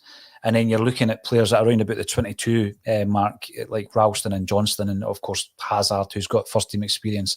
And then you've got the younger guys coming through. We've seen a few of them this season. But what about that gap between Forrest and McGregor and the Ralston era? What I'm going to actually say there is have we wasted it? Or just now we're actually producing high quality players just for other teams who come in and nick them at 16 because we have got the setup at Lennoxtown where I think we've got the academy linked to the high school and all of that. The residential setup, Are we now producing players of an elite standard, but now we can't keep them? That's a problem. Well, see the thing for me, right, is you look at the big teams, and when they I say big teams, I don't mean that in a bad sense to the fact that Celtic's not a big team, but you look at the teams down south, an Arsenal or a Manchester United, when they bring through a talent, it's generally a generational talent that they bring through. See, over the last couple of years at Man United, Marcus Rashford, Greenwood, Scott McTominay. At Arsenal, you get guys like Saka, Martinelli, guys that are coming through, and you're thinking, they've obviously been in that youth system for a number of years. They've looked at the time of when to put them in, and then they become the mainstays in that team. We don't do that at Celtic. The last person to do that was Kieran Tierney.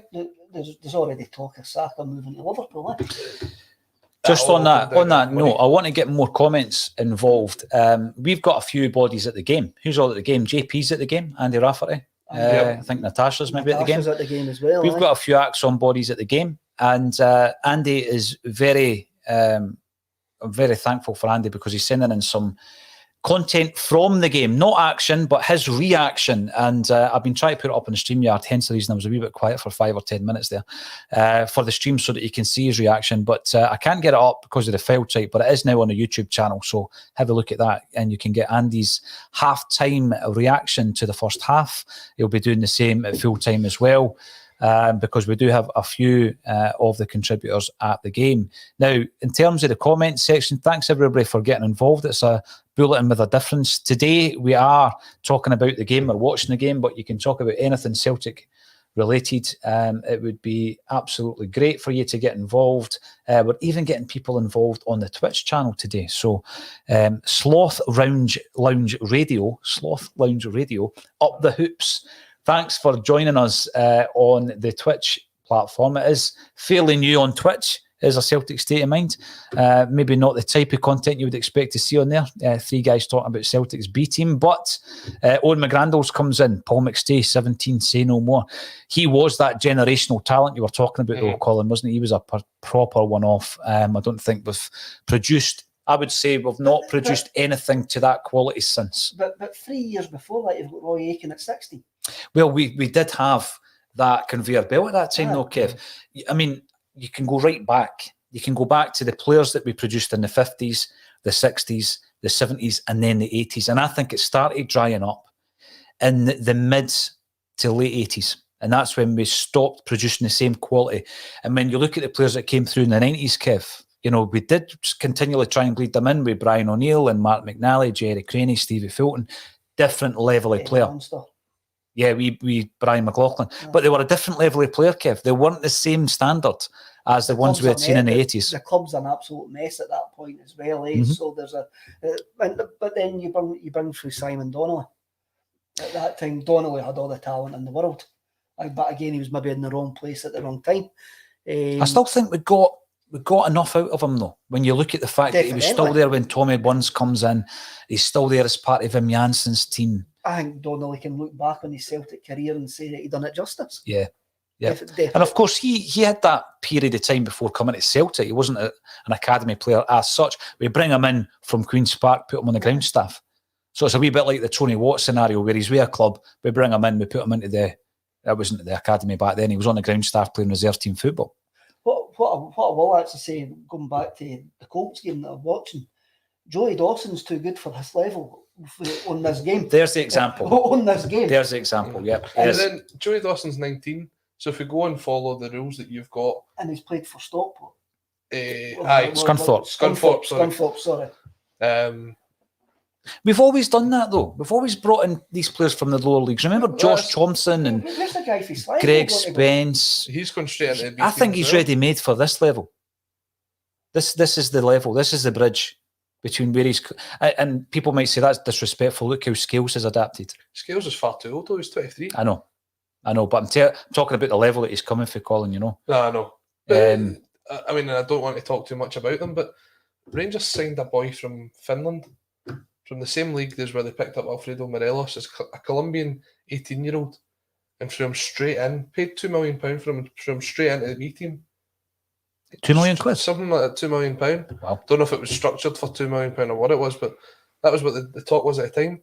And 30 instalments. 30 instalments. Well, or 25 pence. But they've thrown him straight into the B team, and he's been their top. Well, he's not been their top goal scorer, but he's been the striker that's been leading the line.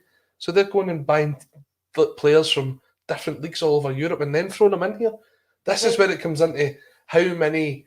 We're now buying players to put them in the B team. Aye, Celtic are doing it as well. So we done it with the guy. Lawal. Watford boy. Dawson Law, who's unfortunately injured for today's game. We've done it with him. Dawson. I'm watching this game. And this is the first time I've watched the B team live. I've watched the highlights reel and all of that. So already I'm watching this and I'm going, these young laddies for the Caledonian Braves can't handle Joey Dawson. So I'm automatically thinking, well, where can Joey Dawson go now? I've seen Owen Moffat coming in the first team. So right away I'm going, well, Owen Moffat, it's not going to do his progress any good playing at this level anymore. But Kev, so where is he going to go? Was the jump for Moffat anyway, and we've not seen too many of them, do you think it was too big a jump at this stage for Owen Moffat? Yes. I think the start was a big jump for him. The start start was a massive jump for him. Coming on, doing the wee cameos wasn't a big jump, but the start against St Mirren and the whole ridiculous of the St Mirren game was far too big for him. Because he looked good against Ross County when he came on. He did. Aye. Yeah. See when you think on it, see like when James Forrest made his debut for Celtic, 17 years old, it was a home game against Motherwell. Aye. Do you know what I mean? It was picked up towards the end of the season where there wasn't going to be that much pressure on him. Right now we had to throw Adam Montgomery in last season where the pressure was already on because the title was still up for grabs at that point, let's be honest. You're then throwing in someone like Owen Moffat away at Ross County because we're struggling with injury, and we had to win that game, and it took us right up to the 96th minute to do so. So these guys aren't going to get a chance to settle into the team If they don't have a good performance, there's every chance they're back out and back down playing at this level again. Joey Dawson, I think he was unfortunate not to score against St Johnstone. But if he did score, would you see him back in this B team? Because I don't think he's ready to make the step up to the first team yet. And this is where we have this That's sort of young lads. That's the gap. The gap. And it goes back to the conversation we had at the start of the programme is, where do you put them out on loan? I mean that's how quickly could we progress through the leagues? That would be the big question, because it's obviously not a given that we're going to get promoted. If indeed promotion is a possibility after this season, Kev, because you're thinking there is a big gap, but that gap's going to be shortened the more progress you make as a B team through the leagues. Definitely. I mean, I think that it is going to be. We will get better, and the players that come in will actually get better playing at that level, knowing that's the level they're actually playing. I use the term man's football. And a lot of these guys, a lot of these young lads here are playing man's football for the first time. 100%. and it's going to be a complete eye-opener to some of them. So if you're 17 playing and you play 25 games in the Lowland League, one season, the following season, you're still in that B team, you know what to expect for another 30 games. So you are going to improve, hopefully. You actually are going to improve. But we're sitting here, three normal guys who have got no knowledge of youth football whatsoever, and we can't come up with a solution. And it seems that the guys in the top of Celtic can't come up with a solution either. What do you do with the number of players that we've got? And these guys are talented. These boys that were watching the day were the best player at your school. Oh, 100%. See the thing, Kev. So it's like see the reserve league as a bridge. We know Robert Ingram's coming in. Reserve league needed. Well, we've spoke about the fact that it won't happen again because financially there's not enough clubs in Scotland can afford it to happen, which is why it's no longer here. You remember the Fife Elite Development squad? That folded last week. There you go. Done it with the Forth Valley one. The Forth Valley one folded a couple of seasons ago.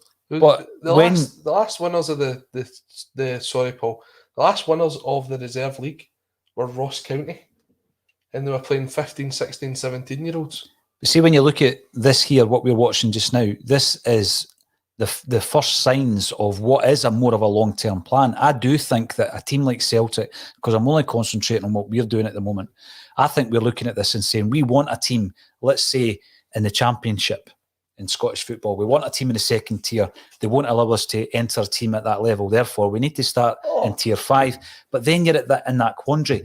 Do you want to put enough investment in the team to get you through the leagues, to give you the opportunity of playing what you would regard as a reserve league level in the Championship, Kev? Probably not at this time, because Colin's talking about teams buying players for the 5th tier.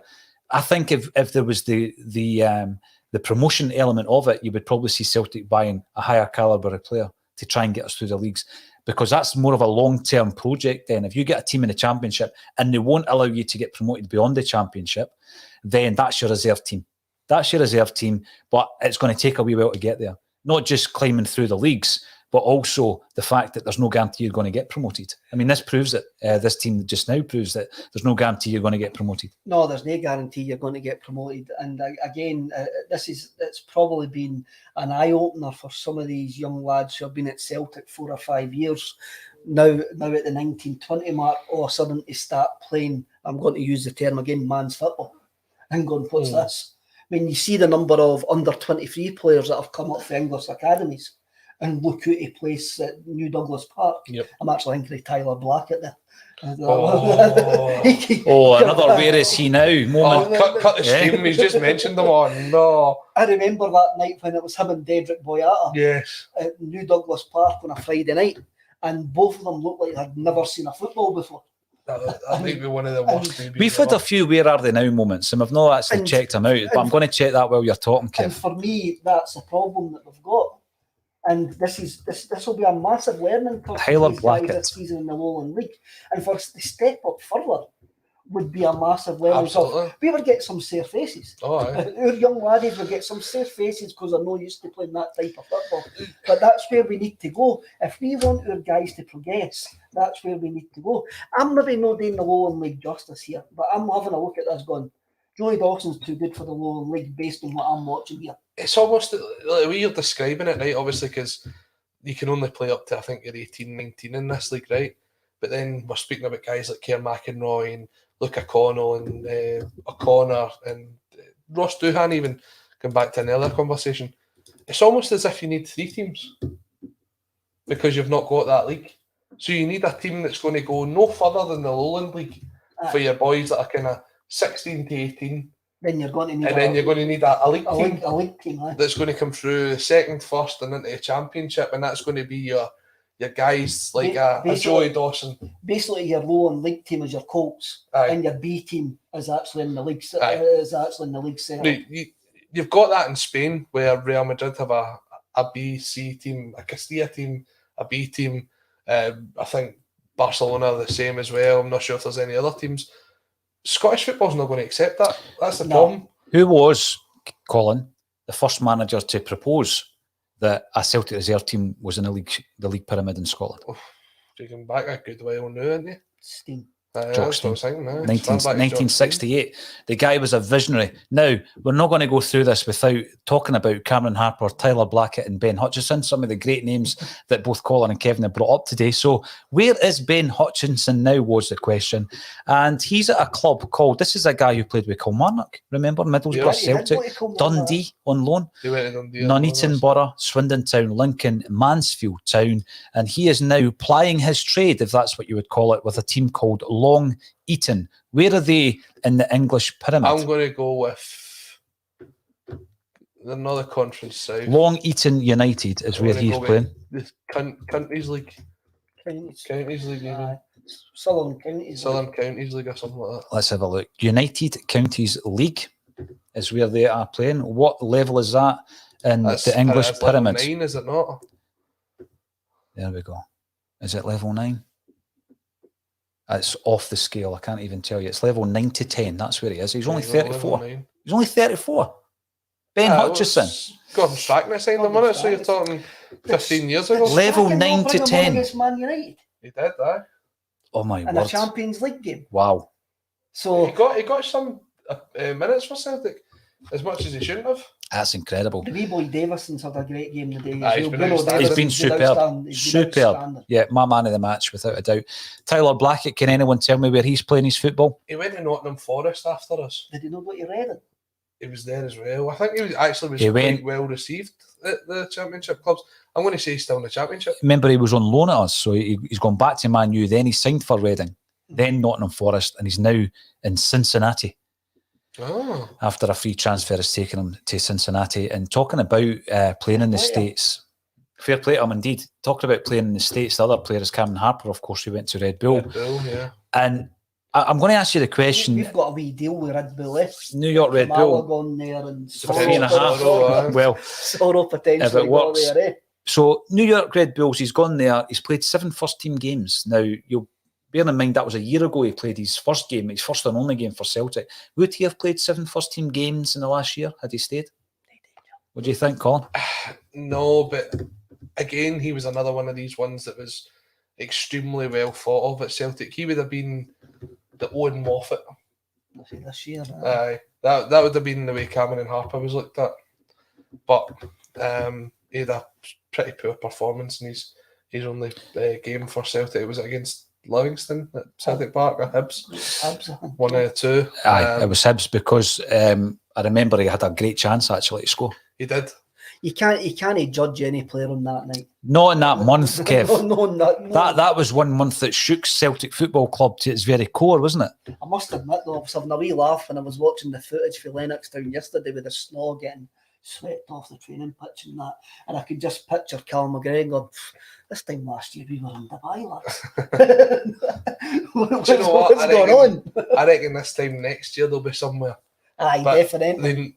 They needed to get this settled down because the squad needs a lot of embedding, and apart from the fact that you're bringing in 3 guys for Japan, hopefully the boy for Australia, maybe another 1 or 2 in the door as well. Again, St Paulier and Benidorm. St Paulier in the winter training camp in Benidorm. Have we missed a substitution, lads? Has there been a wee substitution? At least if there was a substitution went on there, I think Mackenzie Carse went off injured. Mm-hmm. was going to say, just as long as St. Pauli stay out of watching the Sticky Vicky show, they'll be all right. I've never been to Benidorm, lads, so I have I've no never idea. been to Why Benidorm fill us either. in on that one, Colin? I have no idea what you're talking about.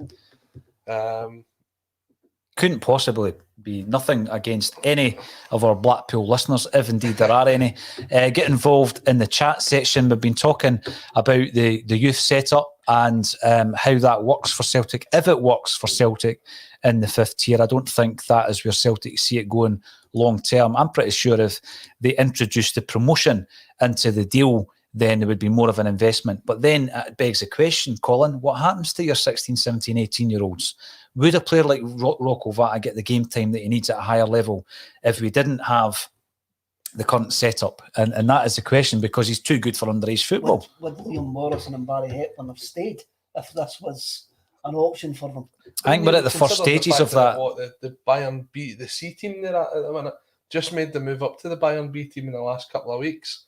It goes back to what we were saying a couple of minutes ago, Kev. It's almost as if you need 3 Celtic teams. You need a team that can play up to the Lowland League level, which would be a Celtic C team as such, where it maybe be guys 16 to 18, maybe the odd one or two that gets held back a year, because that's how schools work as well. And then you've got the B team that would be the one that would sort of come through the league system. But as I said, I don't think the Scottish League isn't going to buy that, because you know what I always say, it's like, well, if Celtic and Rangers can do it, how come Motherwell and Aberdeen and such can't do it? That then becomes the issue. Are we at a point then today of Brentford? Have a team that just like this, it's like the travelling Mulberries. Just goes and plays. I actually got that reference. Just goes and plays elite level clubs. I am ideally, but take a look at the world situation right now. Is there a way you can do that right now? What happens when you're locked down for 6 months? That team just goes out of action for 6 months. Aye, but then that is a bigger picture. But that's what we're looking at doing, because we know full well that the league's not going to allow us any more than one team. No. So the Colts, where they are now, as Paul hopefully says, they'll maybe actually get into the league set up and will be allowed promotion. That's probably the optimum that we can expect. That's probably the maximum that we can expect. Mm-hmm. So we've spoke about this, and I'm going, well, what can we do then with the 18, 19-year-olds? We can send them out on loan. But then you have a look at Brentford. Brentford have the option. You go, well, wait a minute. They have got a side that just goes around and plays elite academies. And that's maybe what we're looking at. I mean, I don't disagree with you at all. I honestly don't disagree with you. I just think when you're looking at the investiture that Celtic put into the youth academy system now, obviously he's no longer at the club, but it was one of the things that Dom Mackay mentioned when he took over as CEO, was that Celtic wanted to base their youth academy and their youth scouting on teams like Brentford, Benfica, Ajax, teams like that. But when you look at the money they spend on it, although we're saying we spend £2.5 million on Lennox time, these other teams are spending maybe 4 or 5 times that, not because they have the money in the budget for it, is they'll sell a youth player and they'll sell them for 15, 20 million pounds, and instead of putting that money maybe back into their team, they'll plough half of it back into the youth system, and that funds it for the next couple of years so that they can go and do a sort of 6-month tour of the world and play your Real Madrids and your even Boca Juniors and teams like that. Celtic aren't set up behind the scenes enough to do that. This, playing at a Lowland League level, is completely revolutionary for Celtic right now. So that we're kind of crawling here. We're finding our and then the next thing we're saying, right, let's fly around the world. It's the steps that are going to need to be taken for Celtic to get to that level. Somebody's either going to need to put a bit of investment in and take the risk, or it's going to be something we'll be talking about in 10 years' time. That's eventually where we get to. There's actually something quite sad about watching this, knowing that the majority of these guys will never see the Celtic first team. And their parents, maybe then deep down, know that themselves as well. That they're there, and they won't they won't get anywhere near the Celtic first team. The majority of them will have a decent career in football, because that's what seems to happen with guys that leave Celtic. They always seem to pick up clubs, and they do end up going to have a decent career. Marcus Fraser's one of them. It just jumped into my head there. Liam Craig, look at the career Liam Craig's had since he's left Celtic as well. And it just seems that we spend an awful lot of money to... If I get all dramatic, you'll ruin guys' dreams. Isn't that not the case at every top club? It's the case, and it's a farm, mate. It's a player farm, mate. It's like battery hens. My girlfriend's cousin used to play for Celtic. Went right through the youth teams with him, and at the age of 17 was let go. But he got to travel all around the world with Celtic. There used to be a tournament played in, I think it was Dubai or Qatar, where Celtic played teams like Man United, Barcelona, even some of the kind of smaller teams that you think, why are they there? But they've got a fantastic youth system. And he scored an outstanding goal. His weak foot into top corner, was highly rated by the coaches. But it gets to a certain age where they go, we've not got anywhere for you. Aye. And he's dropped right out of football completely. Well, that's what he's a scaffolder now. He's a roofer now, sorry. On the screen to your left, Arsene Wenger appeared, because obviously they're at Nottingham Forest against Arsenal. And Arsene Wenger and Michael Calvin's book, The State of Football, says 70% of guys that drop out of academy football in England never kick a ball again. No. But a lot of them are very rich the time they drop out of academy football. Well, again, that's a big issue for me. And the player that springs to my mind there is Islam Farouz. So he goes from Celtic to Chelsea, and he gets various loan moves. I think that's when I realised how the loan system worked down south. When you realised how many players they didn't at one point they not have over 30 players out on loan. They had 100 players in their first team squad, and they had something like 60 or something out on loan. Incredible. Now, Farouz was this player. If you look at his, he's looked good. He's done himself absolutely no harm today. When you're looking at the goalkeeper situation as well, and who should be moved on, but he looks like a right prospect, doesn't he? You can start to see the Celtic players tiring a bit. This is what you're talking about. This step up into men's football. These are guys, obviously, they're working 9 to 5 Monday to Friday, but then they're putting the jersey on at the weekend. But they've been doing this for 10, 15 years, whereas a lot of the Celtic players, they're still kind of 16, 17. They're not used to playing the 90 minutes against this level. So if Celtic can hold on here for a 2-0 victory, then they seem to have lost a bit of shape. But the front three seem ahead. The goalkeeper's done well, but the front three have really impressed. I've been impressed with other guys, Brooke, Davison and Joey Dawson, man. They've been really, really quite impressive today. You're looking at it now, Celtic's back four, the average age is 16, 17. Aye. Do you know what I mean? Since O2 came off there at half time. They're a wee bit ragged, I think Jackson Lely came on. You've got Joseph Murphy, 16. Brodie Patterson, I think, is 18 now. Oh, just wide there from the Caledonian Braves, and Dylan Corr playing in there at 16 as well. So it's a lot of inexperience to be playing at that sort of level too. Going back to that conversation that we were having there, I think that ideally the situation would be, Colin, that we have a team in the Championship. And that's, I think, where Celtic are viewing this long term. The team that we have at this moment in time obviously can't be promoted, but that'll be renegotiated, I guess, in the summer. And I think Celtic and Rangers will have their way. And I reckon that promotion will be introduced into the deal.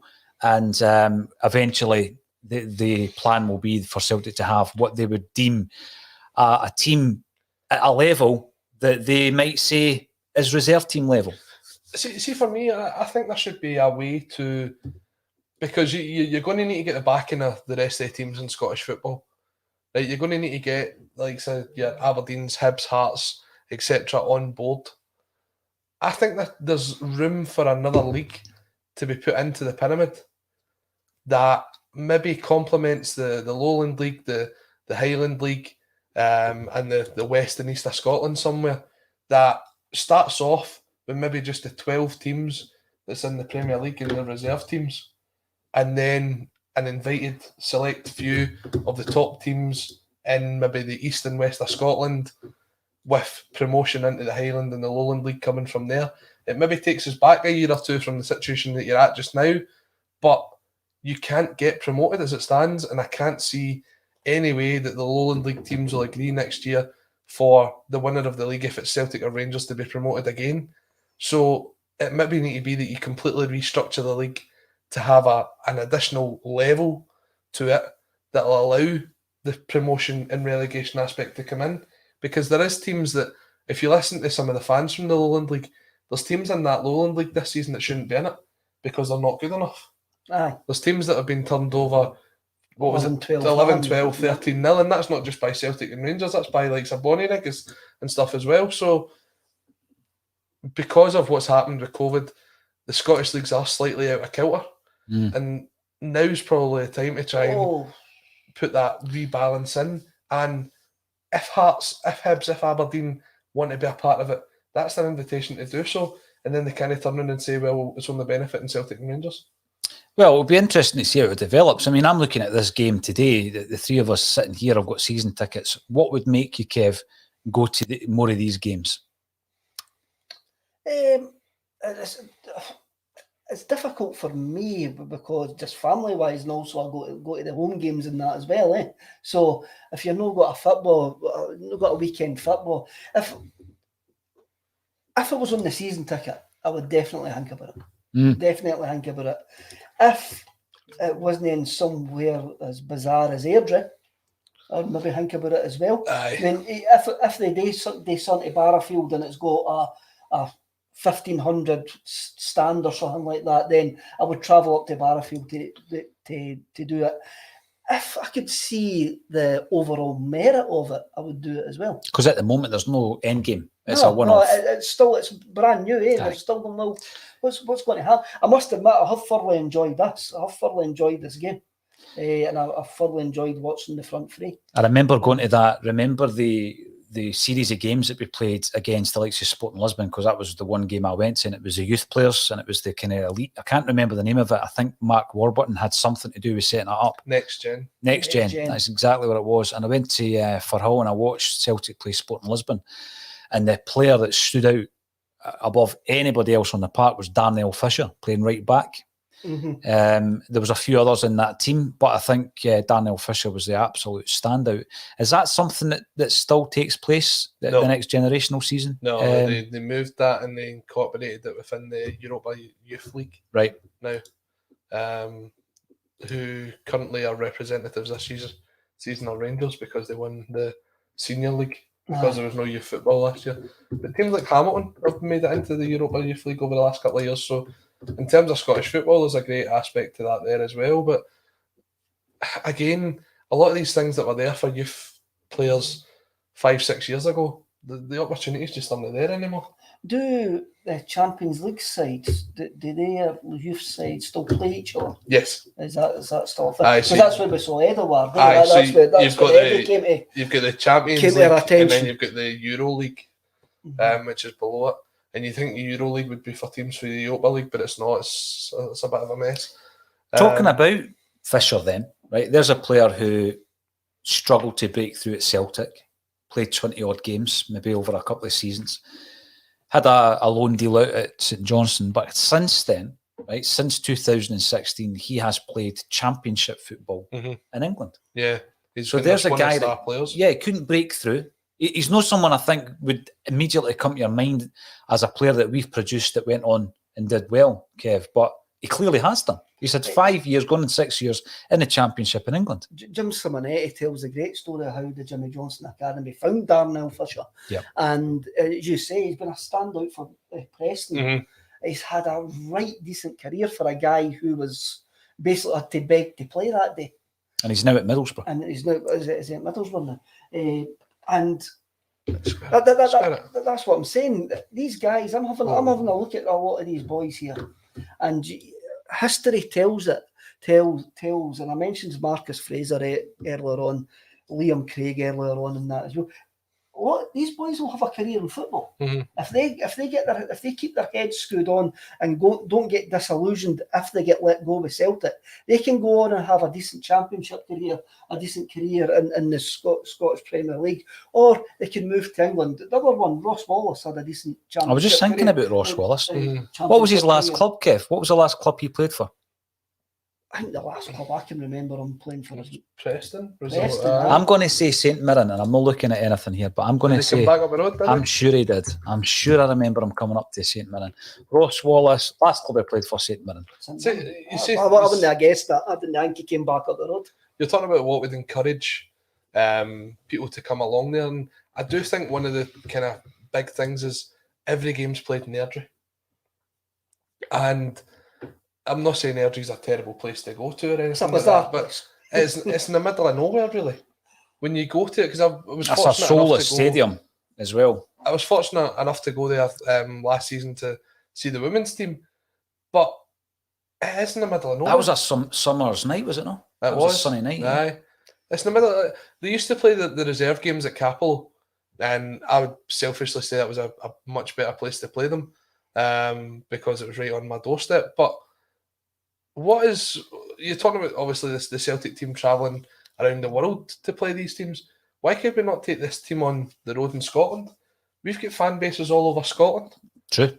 They could enjoy going out on a Sunday afternoon or a Saturday afternoon when Celtic's not playing at home. It'll come down to the financials and the fact that that's a community-based stadium owned by the local authority, and it'll be cheaper. You look at the crowd that are there today. It's very, very sparse. 450, and it's not far from Coatbridge and Carfin, which are big Celtic areas. Mm-hmm. Remember we did Carfin Hibs?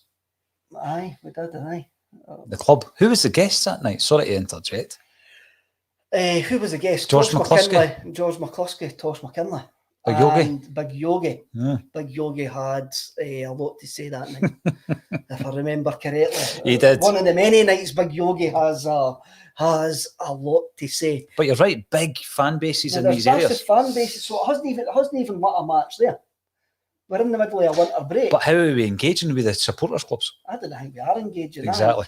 I think that, How are we getting them along to these games? Well, I don't think the club have done this well. I mean, there's even, I know University of Stirling play at Forth Bank, which is just a couple of miles down the road for me.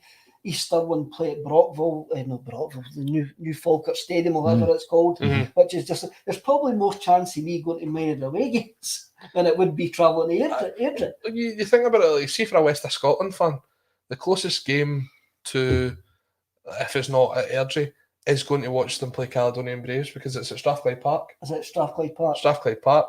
So if I'm talking about, Greenock has a fantastic Celtic fan base. It takes 10, 11 buses every game. Port Glasgow, not the same as such, but they'd maybe take 3 or 4. Paisley, Linwood, fans from those towns. It's a bit of a journey. Why have even the ultra groups not actually go there? Have a wee day out, give it a bit of atmosphere, give it a bit of spectacle. Because watching this at the moment, you're quite geeky, but there's no spectacle for a casual observer to go and watch that game of football. I wouldn't be surprised if when the crowds come back in, the one game that does draw a crowd is the game against Rangers. Aye. And I think what you've seen, play their games. They play their games at Auchenhowie. They've got a. But they moved the game because they couldn't get the fans into it. I thought they liked playing foot fans. Full time at Airdrie, Pennycar Stadium, 2-0 victory for Celtic over Caledonian Braves. Moves them into joint second with Rangers. I think we're just behind on goal difference, it is. And about 10 points behind the league leaders, Bonnyrigg Rose. Impressive performances right throughout the team, including in goals from Ryan Mullen. Great defensive display from the young 16-year-olds Joseph Murray and Dylan Corr. But as we said, we only seen 45 minutes of him. Ben Wiley, fantastic performance. Man of the match, boys. It's hard not to give it to Bruno Davidson, I'd say. I'd agree with that. Wee Davison was brilliant. He's got the number 7 on his back.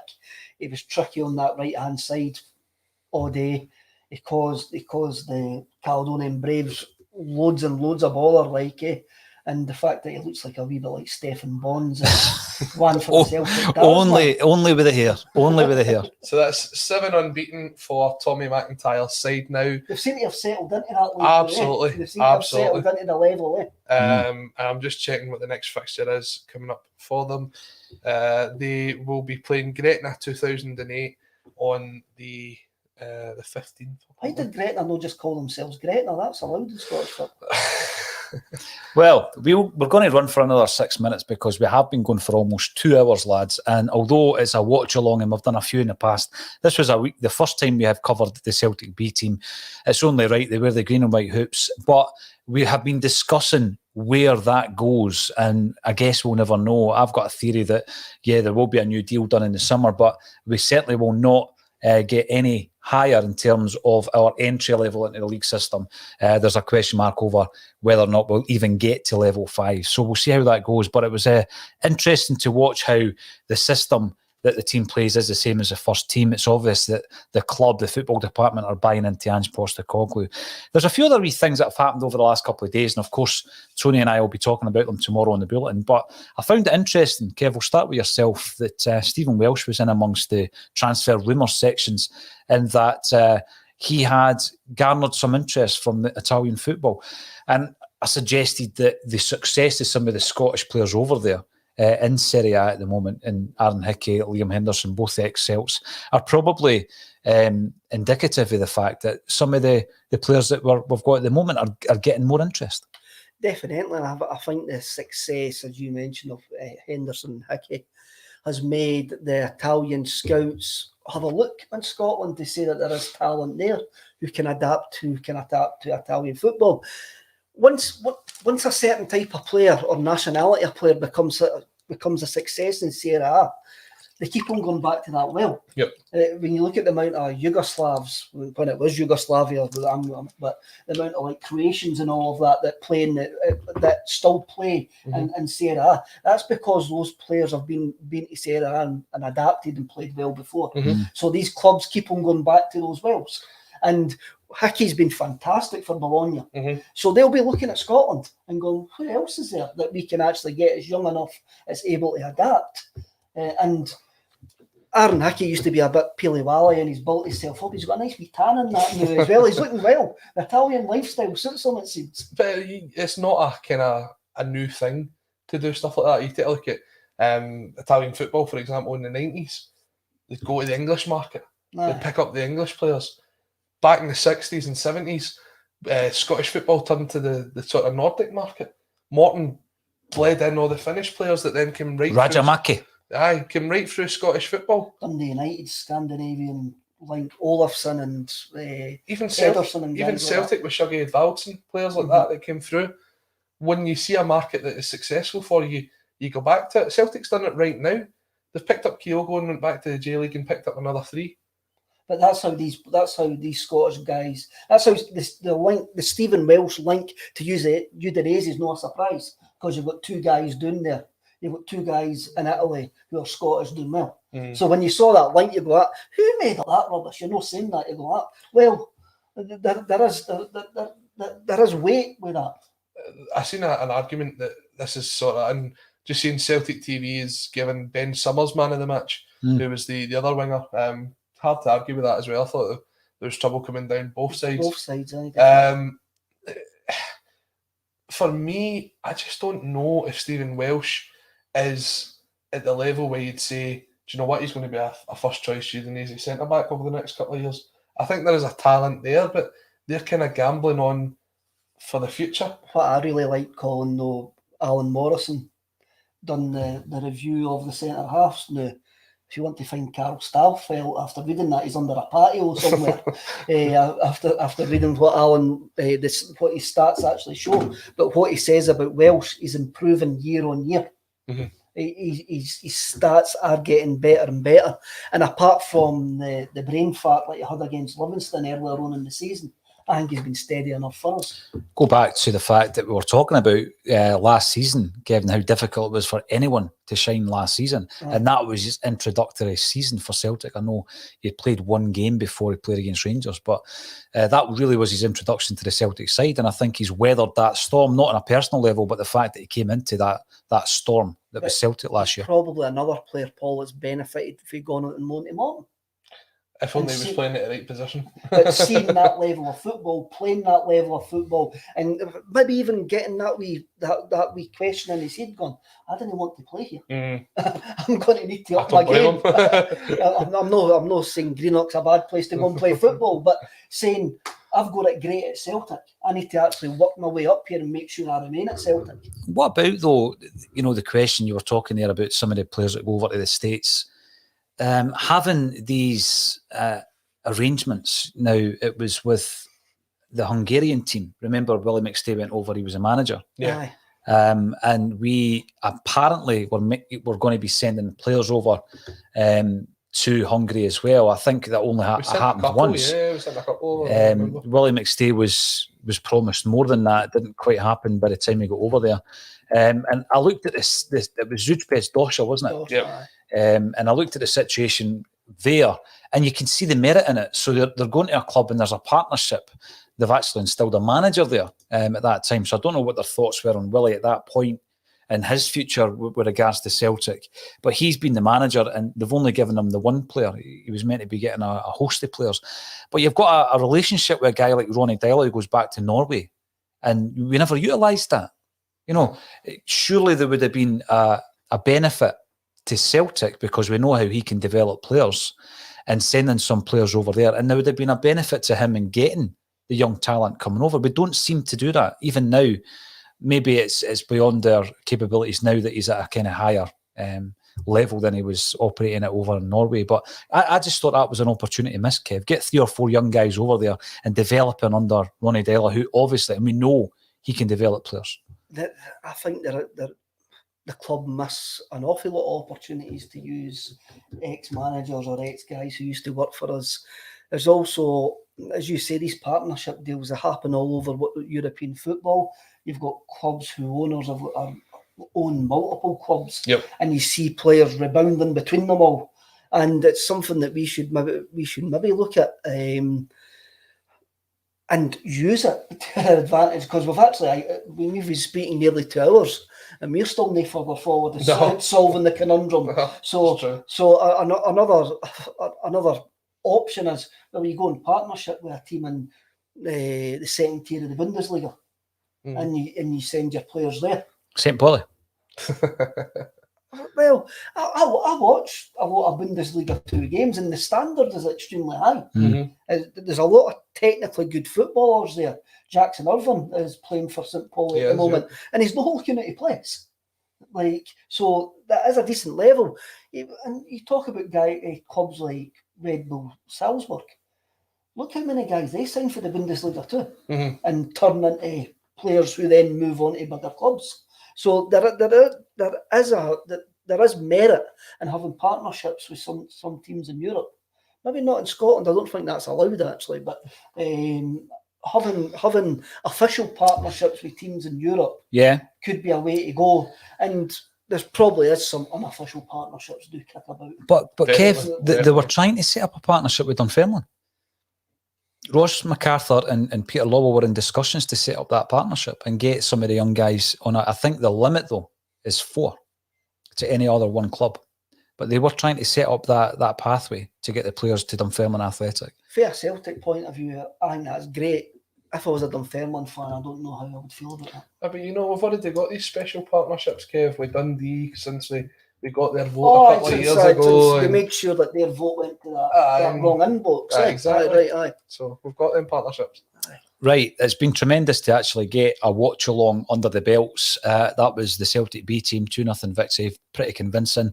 We've seen a few players who have impressed. We had a few Axon contributors at the game as well, and Andy Rafferty has given us a half-time and a full-time reaction, which is now being uploaded onto the YouTube channel. So check that out. That was straight from the horse's mouth. The full-time one has just been uploaded. Thanks everybody for getting involved on a Sunday. We'll be back at 12:30 tomorrow on the Bulletin. And it's great to see Colin Watt and Kevin Graham back in the studio with us. Thanks guys for joining me once again on A Celtic State of Mind. Brilliant, thank you.